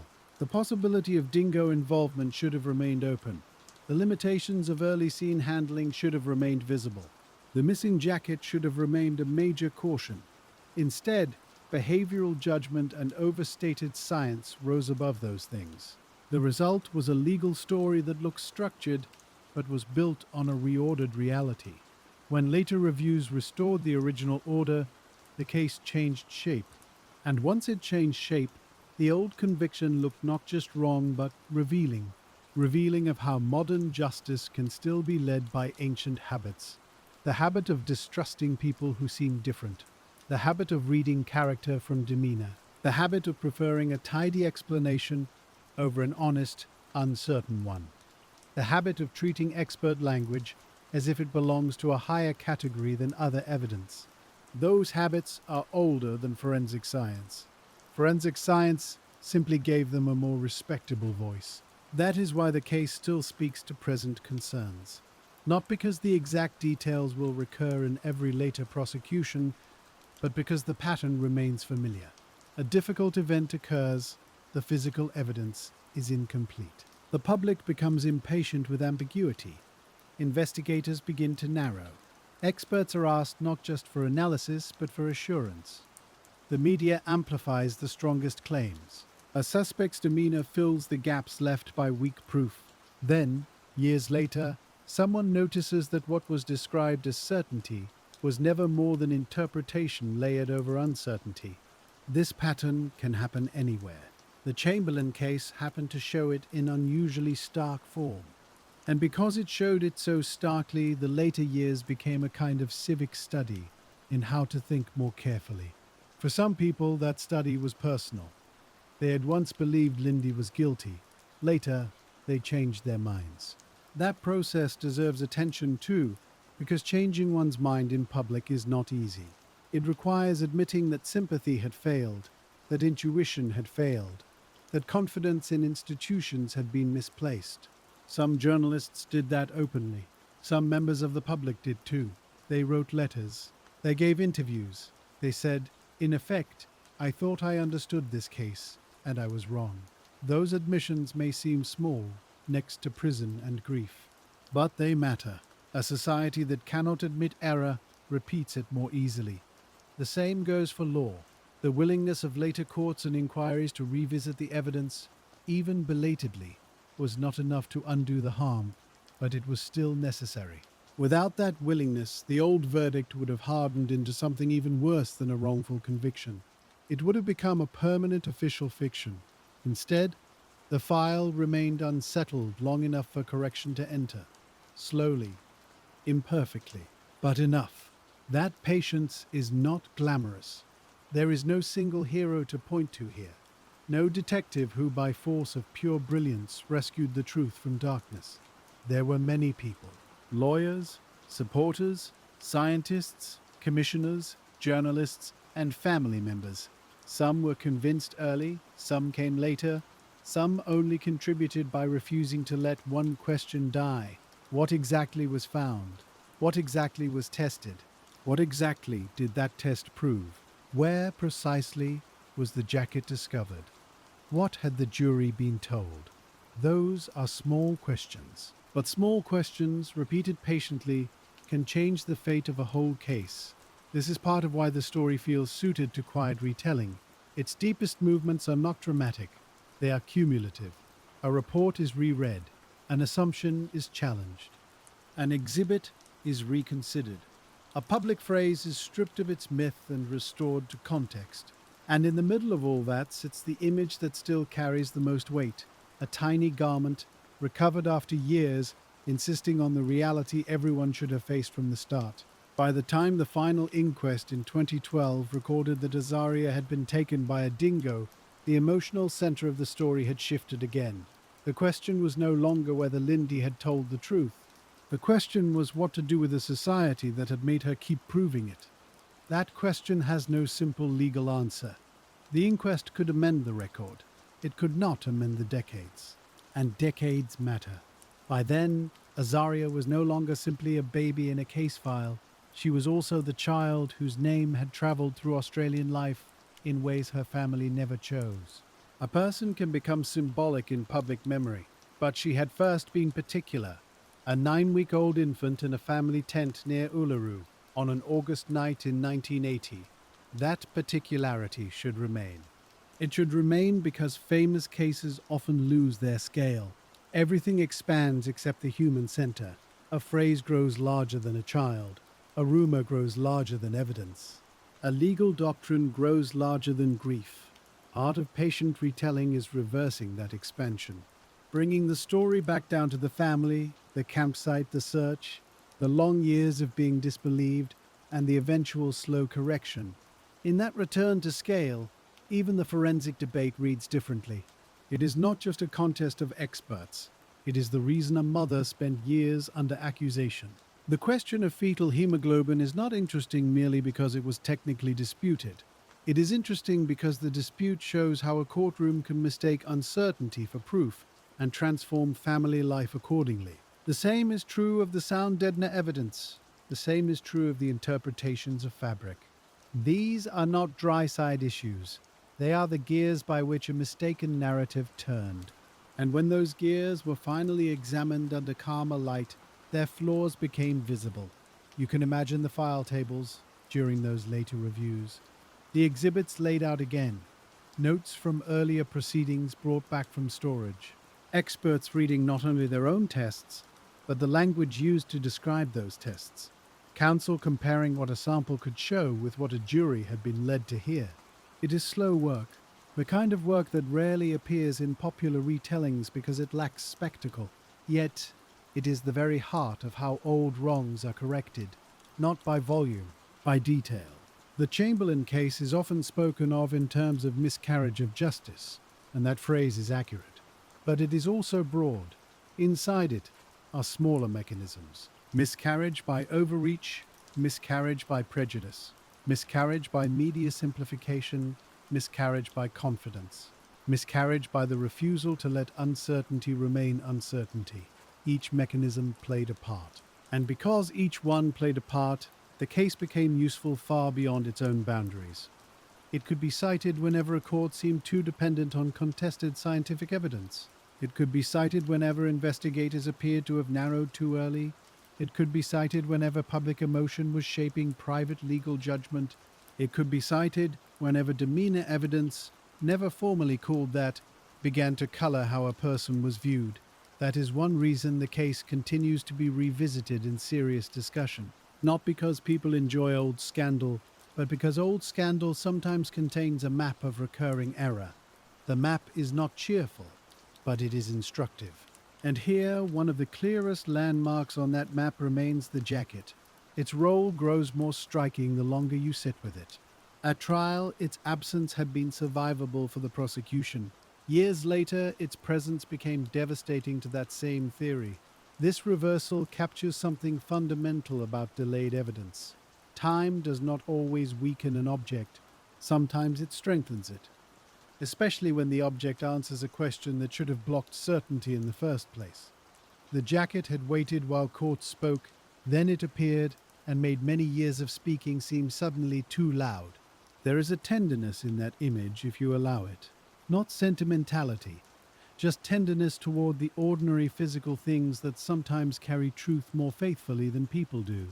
A garment can wait in silence. A report can wait in a box. A note can wait in a file. Years later, someone lifts it, reads it again, and the whole case breathes differently. The same pattern can be seen in the way the final coronial finding arrived. It did not arrive because anyone discovered some dazzling new secret in 2012. It arrived because enough of the older evidence had finally been reassessed. Enough assumptions had been corrected, and enough institutional reluctance had softened. In other words, it arrived because patience had finally outrun resistance. That is not a thrilling ending, it is a truthful one, though even that word, ending, does not quite fit. The official finding settled the paper. It did not settle every feeling. Public memory remained uneven. Some people never fully retracted what they had once believed. Others did, but only quietly. The family had to live with all of that. Still, the paper matters. Records matter. The final wording matters. Because when the law states plainly what happened, it creates a foundation for everything that follows. Historical accounts, textbooks, documentaries, school lessons, future legal arguments. A corrected record cannot heal everything, but it can stop further official drift, and that is no small thing. In the years after the final inquest, the case continued to surface whenever questions of forensic reliability came up. It also surfaced when people discussed media ethics. That part of the legacy was especially important, because this case had shown how reporting can harden possibility into apparent fact. A phrase from a witness can be trimmed. A laboratory caveat can be dropped. A moment of uncertainty can be rewritten as hesitation, and hesitation can then be described as deceit. When that happens often enough, the public no longer remembers the original evidence. It remembers only the cleaner version. In the Chamberlain case, that cleaner version had once been devastatingly wrong. So later discussions about ethics in reporting kept returning to one plain question. What do you owe a person who has not yet been proved guilty and may never be guilty at all? The answer sounds simple when spoken slowly. You owe them restraint. You owe them proportion. You owe them the discipline not to turn unfamiliar behavior into a story of hidden darkness just because it fits the mood of the moment. That lesson sat beside the forensic one. One concerned laboratories. The other concerned language. But they met in the same place. Both asked how certainty had been manufactured. And both revealed that once certainty is manufactured, it can circulate for years after the evidence beneath it has weakened. That is why the case remained alive in classrooms, in journalism seminars, in legal commentary, and in the quieter places where old files are read without television lights. It had become by then more than a dispute over one verdict. It was a case study in how systems talk themselves into confidence. And because it was a case study, people kept returning to the odd little hinge on which the whole story turned. The matinee jacket. Not because it was dramatic to look at, not because it carried some theatrical secret, but because it exposed the difference between an actual object and an arranged theory. For years, the theory had spoken more loudly. Then the object came back and required everyone to speak more carefully. If you sit with that long enough, it starts to feel less like a twist and more like a correction in posture. The file had leaned too far in one direction. The jacket pulled it back toward balance, and once balance returned, other features became easier to see. The original dingo explanation no longer looked wild. The early inquest no longer looked naive. The trial no longer looked inevitable. Each of those things changed shape when the center of gravity shifted. That is often how old cases open up again, not through spectacle but through proportion. One fact regains its proper weight. Then all the other facts must be weighed again as well. There is a certain patience required to understand that process. People usually prefer stories where the truth arrives fully formed. A detective notices a clue. An expert runs a final test. A courtroom gasps. The right answer stands clear. But real corrections are rarely so neat. They happen in layers. First, one piece no longer fits. Then, a second claim begins to look less stable. Then, a review body asks whether the old confidence was warranted. Then, an institution reluctantly changes the record. Then, the public takes still longer to catch up. The Chamberlain case followed that slower path. And because it did, it tells you something true about justice. Justice is not only about deciding, It is also about revising. It is about being willing to say that a decision made under one atmosphere no longer survives another. That atmosphere matters more than many people admit. The atmosphere around Lindy in the early years was thick with suspicion before the science was ever fully settled. Once that happens, science can be heard not as a test of belief, but as confirmation of it. Then the science itself becomes harder to challenge because people feel it is defending a judgment they made with their own eyes. That is one reason the later collapse of forensic claims was so important. It did not merely weaken the prosecution, it interrupted the emotional loop between public intuition and expert authority. It forced a new question. If the tests were not what people had been told, then what exactly had they been trusting all those years? The answer, in part, was their own interpretation of Lindy, and that answer was uncomfortable. It meant the case could not be blamed only on technical error. Technical error mattered enormously, but it had thrived in a social climate ready to accept it. The science had been overstated. The public had been overconfident. The law had moved too forcefully between those two things.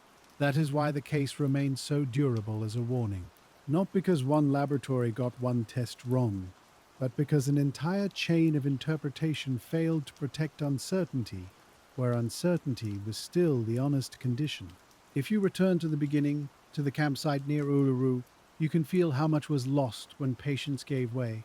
A baby was missing, it was night, the ground was difficult, animals were known in the area. The search was imperfect by nature. Witness memory was immediate, stressed, and partial. All of that should have encouraged caution. Instead, the case gradually moved toward a theory that offered something many people wanted more than caution: a contained answer. The car made the story feel containable, the blood claims made it feel scientific, the behavioral commentary made it feel emotionally legible. Together, those things formed a narrative stronger than the evidence deserved. The jacket did not invent a new reality. It restored the old one. That difference matters. Sometimes evidence changes a case by creating a fresh possibility. Here, it changed the case by returning everyone to the possibility that had existed from the start and had been pushed aside too readily. That kind of correction can feel almost embarrassing to institutions. It suggests that the answer was not hidden in some inaccessible place. It was there, early on, but judged implausible for reasons that had more to do with human expectation than with proof. And because that is embarrassing, institutions often resist saying it plainly. They prefer technical language. They prefer to speak of deficiencies in evidence, procedural matters, insufficient certainty. All of that has its place, but beneath it sits a simpler truth. Many people were too ready to disbelieve a mother because her grief did not look familiar to them, and because later science seemed to excuse that disbelief. The years after the final inquest did not erase that truth. If anything, they made it easier to say. By then, enough distance had passed that the contours of the case were clearer. What once seemed tangled began to look sequential. First came the disappearance, then the immediate report of dingo involvement, then the early mix of practical searching and social doubt, then the turn toward forensic interpretation, then the prosecution, then the conviction, then the years of patient dismantling, then the jacket, then the collapse of the science, then the legal reversal, then the long final wait for the record itself to speak plainly. When you lay the case out that way, it becomes less a mystery than a lesson in chronology. Each step made the next more likely. The early disbelief made the forensic claims more persuasive. The forensic claims made prosecution easier. The prosecution made the conviction possible. The conviction made later doubt harder to hear. The jacket made later doubt unavoidable. The commission turned that doubt into institutional review. The review exposed the weakness of the original science. And then, after all of that, the final inquest aligned the official language with what the evidence had long been pointing back toward: cause and effect, quietly relentless. That is one reason the case stays with people who think carefully about investigations. It does not flatter the myth that truth always wins quickly. Often it does not. Often truth waits while the more satisfying story takes the room. Often it waits in storage, or in a search area, or in a transcript, or in the memory of someone who keeps returning to a detail others have dismissed. Here, truth waited in several places at once. It waited in the jacket's absence. It waited in the weaknesses of the blood analysis. It waited in the practical reality of dingoes. It waited in the early inquest that had initially made space for the obvious possibility. And it waited in the persistence of those who kept asking whether the legal certainty really matched the physical evidence. That persistence deserves its own attention. Not all miscarriages of justice are corrected by institutions on their own. Often they are corrected because outside pressure remains steady. A family refuses to stop. Supporters organize. Journalists dig. Scientists review. Advocates press for another hearing, and then another. The Chamberlain case had all of that. It had ordinary persistence, the kind that does not always look heroic while it is happening. Letters had to be written. Legal avenues had to be pursued. Old claims had to be translated back into language the public could understand. People had to endure being told, repeatedly, that the matter was settled when they knew the foundation was not sound. This sort of work is exhausting. It is made harder when the person at the center of the case is already publicly unpopular. A sympathetic, wrongfully convicted person attracts easier support. A person the public has learned to mistrust attracts slower support. That, too, shaped the Chamberlain years. Lindy's advocates were not working only against a verdict, they were working against an image. And images are sticky things. A stain can be retested, a photograph in the public mind cannot. So the correction required two separate labors. One was legal and forensic. The other was cultural. The legal and forensic labor was more concrete. It involved exhibits, reports, hearings, commissions, and findings. The cultural labor was slower. It involved teaching people that calm did not mean cruelty, that religion, unfamiliar to some reporters, did not mean secrecy, that a mother could speak in a measured way because she had already been forced to defend every word. Only when both labors moved, even imperfectly, could the case begin to settle into a fairer shape. There is another quiet reason this story endures. It sits at the intersection of wilderness and institution. The event itself happened in open terrain, under conditions that resisted full control, but the response to it came from institutions that crave control. Police want scenes defined. Courts want narratives structured. Experts want findings stated clearly. Journalists want copy that can be printed within narrow spaces. All of those habits can be useful. Yet they can also distort a case born in uncertainty. The desert does not produce certainty on demand. Animals do not behave according to courtroom convenience. Searches do not recover every relevant object immediately. The Chamberlain case was, in part, the story of what happened when institutions demanded a level of closure the original setting could not honestly provide. Instead of tolerating that mismatch, they tried to solve it by force of interpretation. That is where many of the later errors began. The jacket's eventual recovery near a dingo area was almost the perfect rebuttal to that institutional impatience. It said, in effect, that the landscape had never agreed to the story built without it. A small thing recovered late can do that. It can embarrass years of authority simply by being where it is. The moral force of such evidence is not dramatic. It is stubborn, it does not shout, it just persists. And persistence, over time, can be stronger than certainty. The final inquest in 2012 gave the case its last formal shape, but that did not mean discussion ended. It simply changed register. Once the official cause aligned with the dingo explanation, the conversation no longer needed to orbit around whether Lindy had lied. Instead, it could focus more clearly on the anatomy of error. That allowed scholars and commentators to ask better questions. How were the forensic methods represented to the jury? How did media coverage shape the assumptions people brought into the courtroom? Why did the absence of the jacket not produce more hesitation during the prosecution phase? What institutional safeguards were missing? How should courts handle experts whose confidence outruns their methods?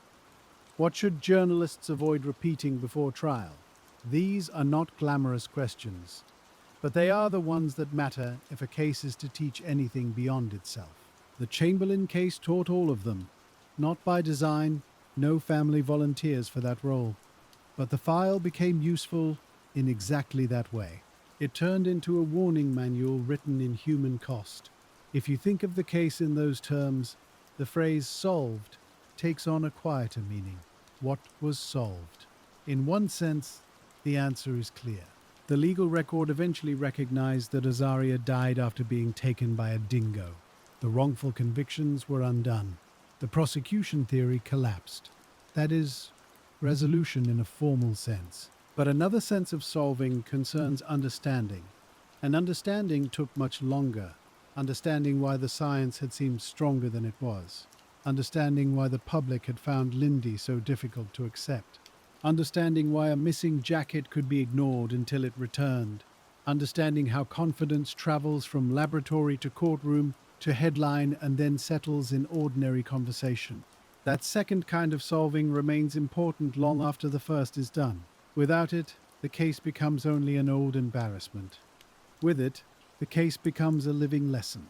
That is part of why people still return to the file, not simply to revisit what happened, but to revisit how people thought about what happened.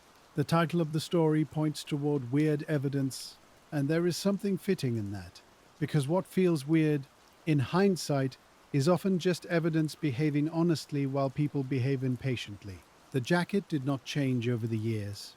It remained the jacket. The place where it was found remained the place where it was found. What changed was the willingness of institutions to hear what those facts meant. The same could be said of the forensic problems. The tests did not become less reliable later by magic. Rather, later reviewers became more willing to acknowledge how limited the original claims had always been. So the strangeness is not in the evidence itself. It is in the lag between evidence and acceptance.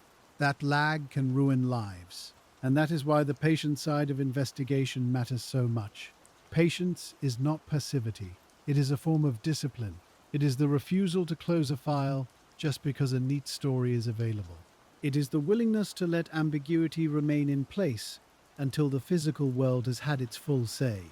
The Chamberlain case shows what happens when patience is denied at the front end and then painfully rediscovered at the back end.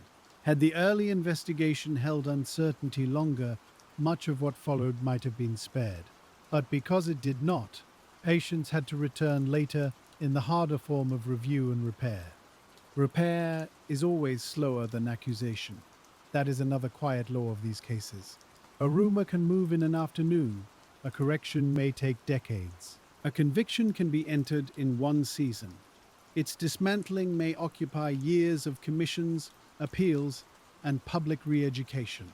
The Chamberlain family lived inside that imbalance. The phrase, "a dingo took my baby," moved quickly, in ways often detached from its original context. The slow work of restoring its truth took more than 30 years. That ratio alone tells you something about public life. The false version spreads fast because it is tidy, emotionally satisfying, and easy to repeat.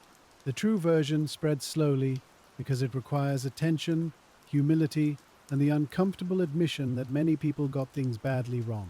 That slowness is not unique to this case, but this case displays it with unusual clarity. Even the final correction had a bittersweet quality. To hear the official record finally align with the truth after so many years is meaningful, but it also underlines the years in which it did not.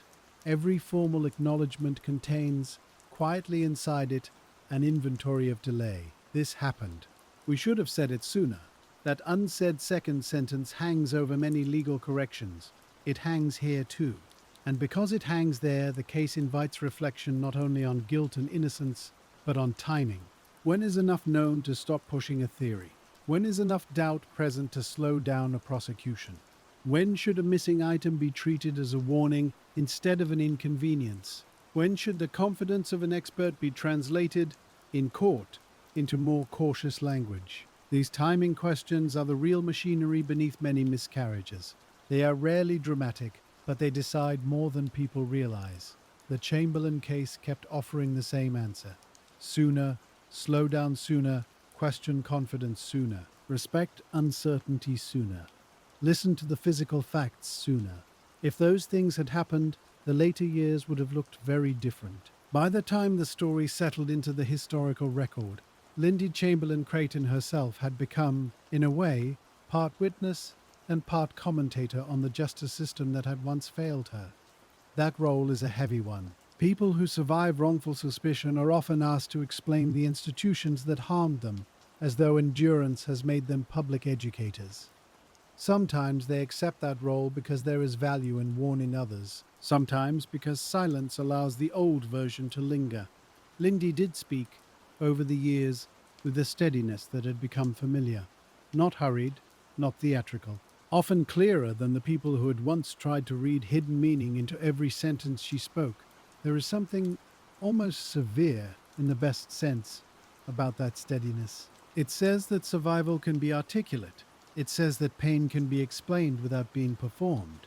And it says, quietly, that people who were once misread are not obliged to become more legible for the comfort of those who misread them.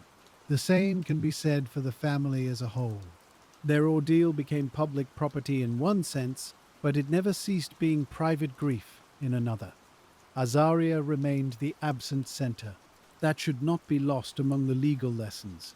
A file can grow large enough to hide the child whose name sits on every page. It happened here at times.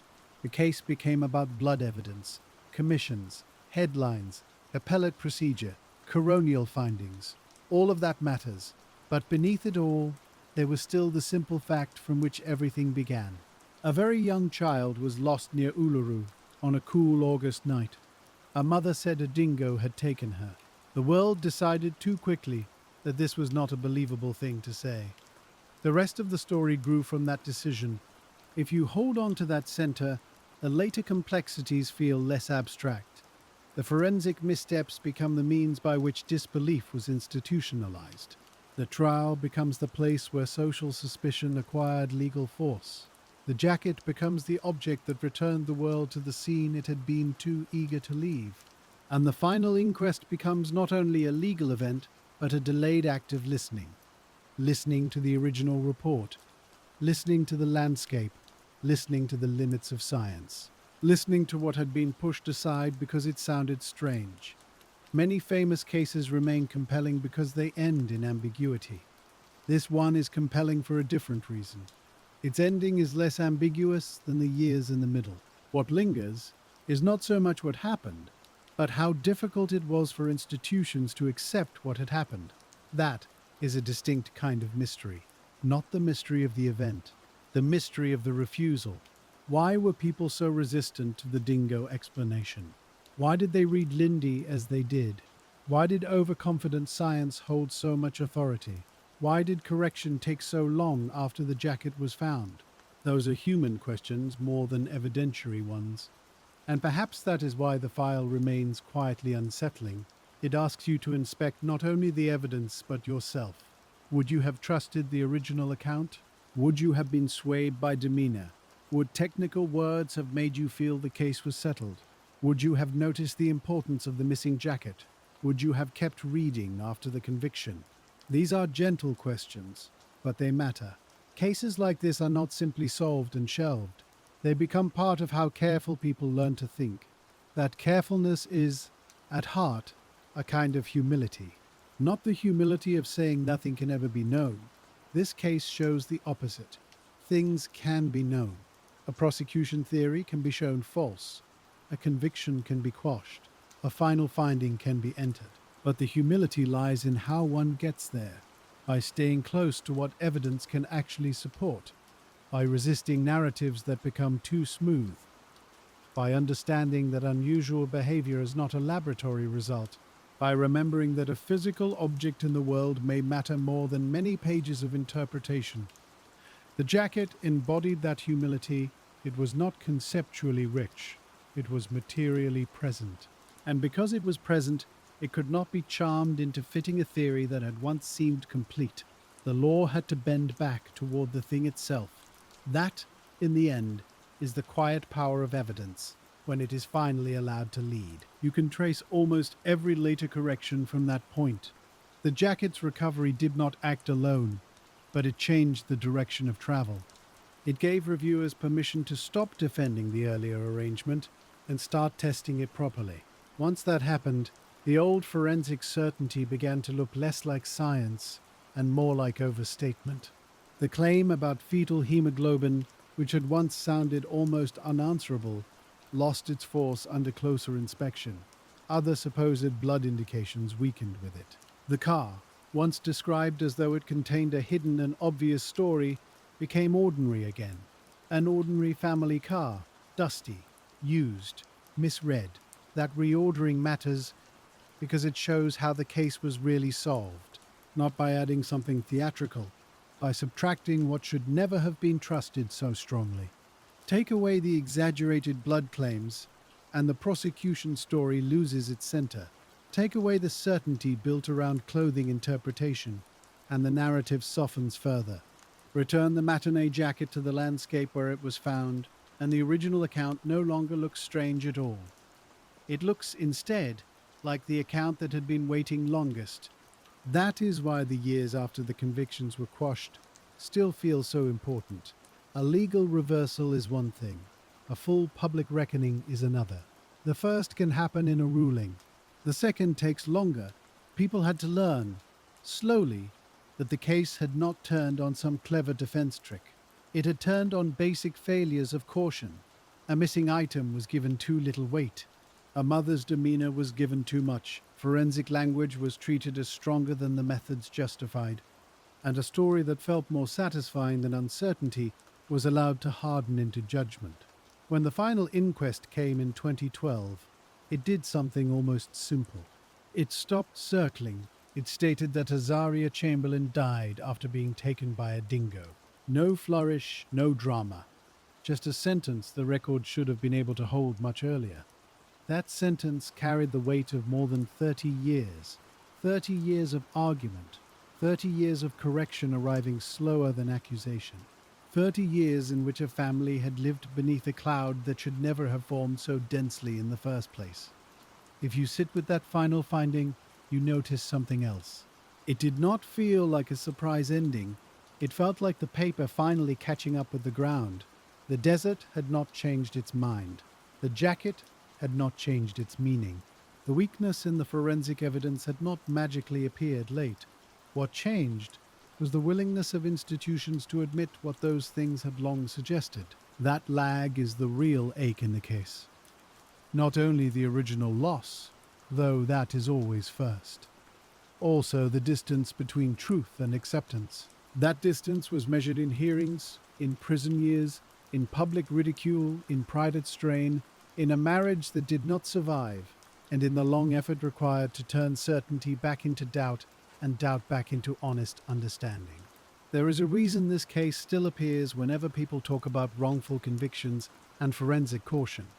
It contains almost every warning sign in one file. An event occurs under difficult conditions. The earliest physical scene is imperfect and exposed. The public becomes impatient with uncertainty. Investigators narrow. Experts are asked for confidence. The media repeats the strongest version.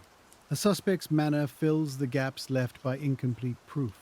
Then one small fact, overlooked or undervalued, returns and asks everyone to begin again. That pattern is not unique to Uluru. That is why the case still matters. It belongs to one family and one place, but its lesson travels much farther. It asks how many other cases have been arranged too neatly. It asks how often confidence has entered a courtroom wearing the clothes of science. It asks how often a person has been judged not by what was proved, but by whether strangers found their grief acceptable.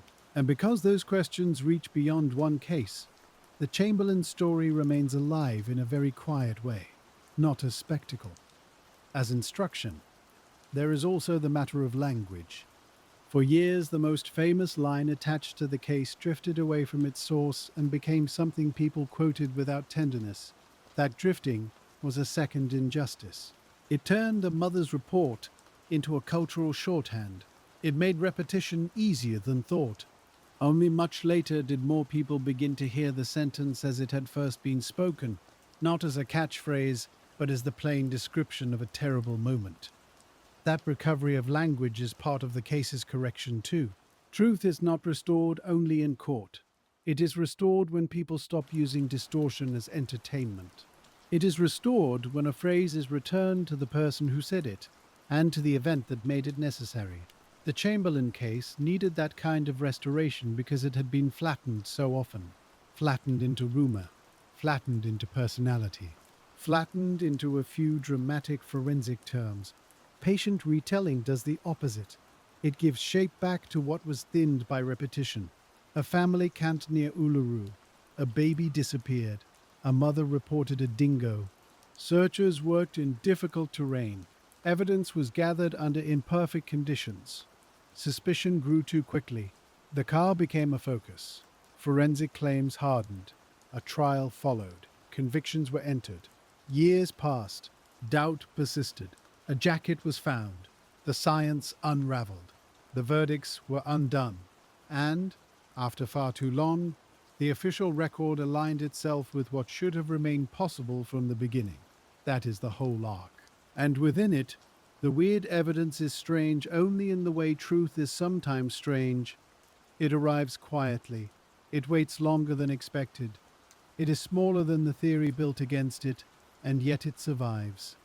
There is a comforting severity in that. The world of objects is often less imaginative than we are. A garment lies where it lies. A test can only show what it can show. A stain is not obligated to mean what a prosecutor hopes it means. If the Chamberlain case teaches anything lasting, it may be this. Reality does not become clearer because people speak more confidently about it. It becomes clearer when confidence is cut back to match the evidence. That sounds obvious when said slowly. It did not sound obvious in Darwin in 1982. It did not sound obvious in years when the public thought the case had already been solved. It had to be relearned through damage. That is what gives the story its quiet sadness. The lessons are valuable. The price was too high. You can imagine, if you like, the final file resting on a shelf after the last inquest. Not closed exactly.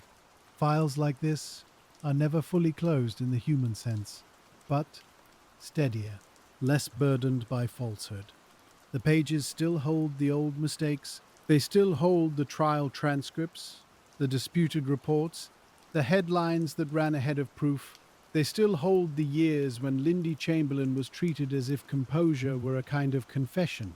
But they also hold the later corrections, the mauling findings, the quashed convictions, the compensation, the coronial conclusion in 2012.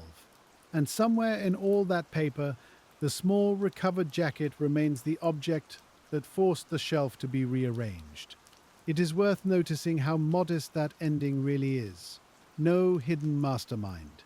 No final witness stepping forward after decades. No secret document locked in a drawer.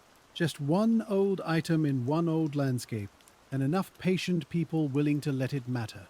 That is why this case belongs, so naturally, among stories of long investigations and quiet detective work. The solving came through endurance, through rereading, through asking whether a claim was truly demonstrated or only strongly asserted, through understanding that the first version of events may sound unusual and still be right, and through the slow institutional courage required to say, "At last, we got this wrong." Those words are never easy for systems. They come late, if they come at all. In the Chamberlain case, they came in parts. A release from prison, a commission's conclusions, a quashed conviction, a payment acknowledging wrongful imprisonment, a final inquest correcting the cause. No single act was enough. Together, they formed the closest thing the law could offer to an apology. But the human ledger is different. The human ledger keeps other entries. A child never returned. Years under suspicion. Ordinary days lived under extraordinary scrutiny. Private pain made public property. Children growing up in the shadow of a national argument. A marriage bending and then breaking under strain. These things do not vanish because a record is corrected. They remain, quietly, behind the official wording. That is why the ending must stay gentle. There is no triumphant close here, only proportion restored. Only a little more honesty than before. Only the knowledge that one old certainty gave way because patient attention outlasted it. If you think back to the beginning, to that cooling air near Uluru, the whole case feels smaller and larger at once. Smaller because it began in one campsite, with one family, on one night. Larger because so many forces gathered around that night. Law, science, media, class, religion, gender, public imagination, all of them touched the file. All of them left marks. And yet the final correction still depended on something simpler than any of those forces, a thing found where it should not have been ignored. That is often how truth returns. Not elegantly, not in time, but solidly. The old phrase, weird evidence solved the Lindy case, is, in that sense, true enough. The evidence was weird only because it did not behave the way the prosecution story required. It waited. It contradicted. It endured weather, delay, and institutional resistance.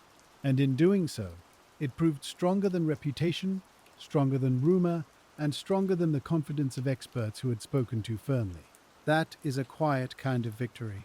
Not the victory of spectacle, the victory of correction. The victory of being willing, finally, to listen more carefully than before. There are many cases where no such correction arrives. Boxes remain in storage. Evidence degrades. Witnesses die. Assumptions harden past recovery. The Chamberlain case avoided that worst ending, but only narrowly, and only after great cost.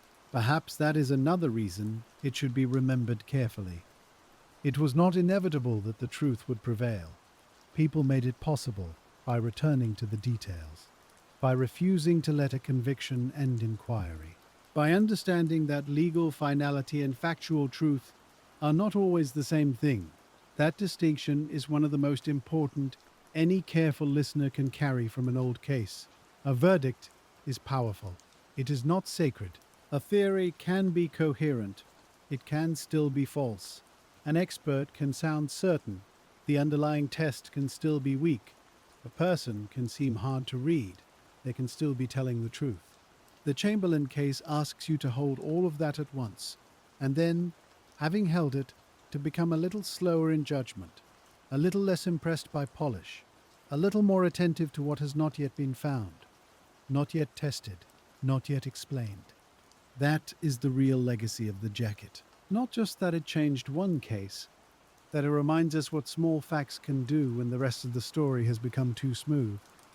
By the final pages, the script of the case grows quieter. There is less to argue, less to prove. The major turns have already happened. The old confidence is gone. The corrected record is there. What remains is reflection on waiting, on error, on how much harm can come from the refusal to say, early on, we do not yet know, and on how much good can still come from returning years later to the overlooked item, the overstated result, the person who was dismissed too quickly. If you were the one closing the file for the night, you might do it gently. You might leave one marker in the pages around the jacket, another where the forensic claims began to fail, another where the final inquest at last used plain words. Then you might sit a little longer with the uncomfortable balance the case leaves behind, solved in the official sense, unhealed in the human one, corrected but late, clearer now but never clean. That is often the truest ending an old mystery can offer, not certainty without cost, just certainty after too much of it. The desert kept its silence for years. The evidence did not. It only had to be heard. And once it was heard, the story changed shape. The file is still there. The jacket is still there in the record. The questions about how people judged Lindy, how science was used, and how courts handle confidence, those remain too. They remain because they are larger than one family, larger than one night, larger even than one wrongful conviction. But for now, the central question has been answered as calmly as it should have been answered long ago. Azaria Chamberlain was taken by a dingo. Everything that followed, tells you how hard it can be for the world to accept a simple truth when it first arrives wearing the wrong expression. And in the quiet after that, there is only the old lesson, waiting where it has always been. Look again. Then look more carefully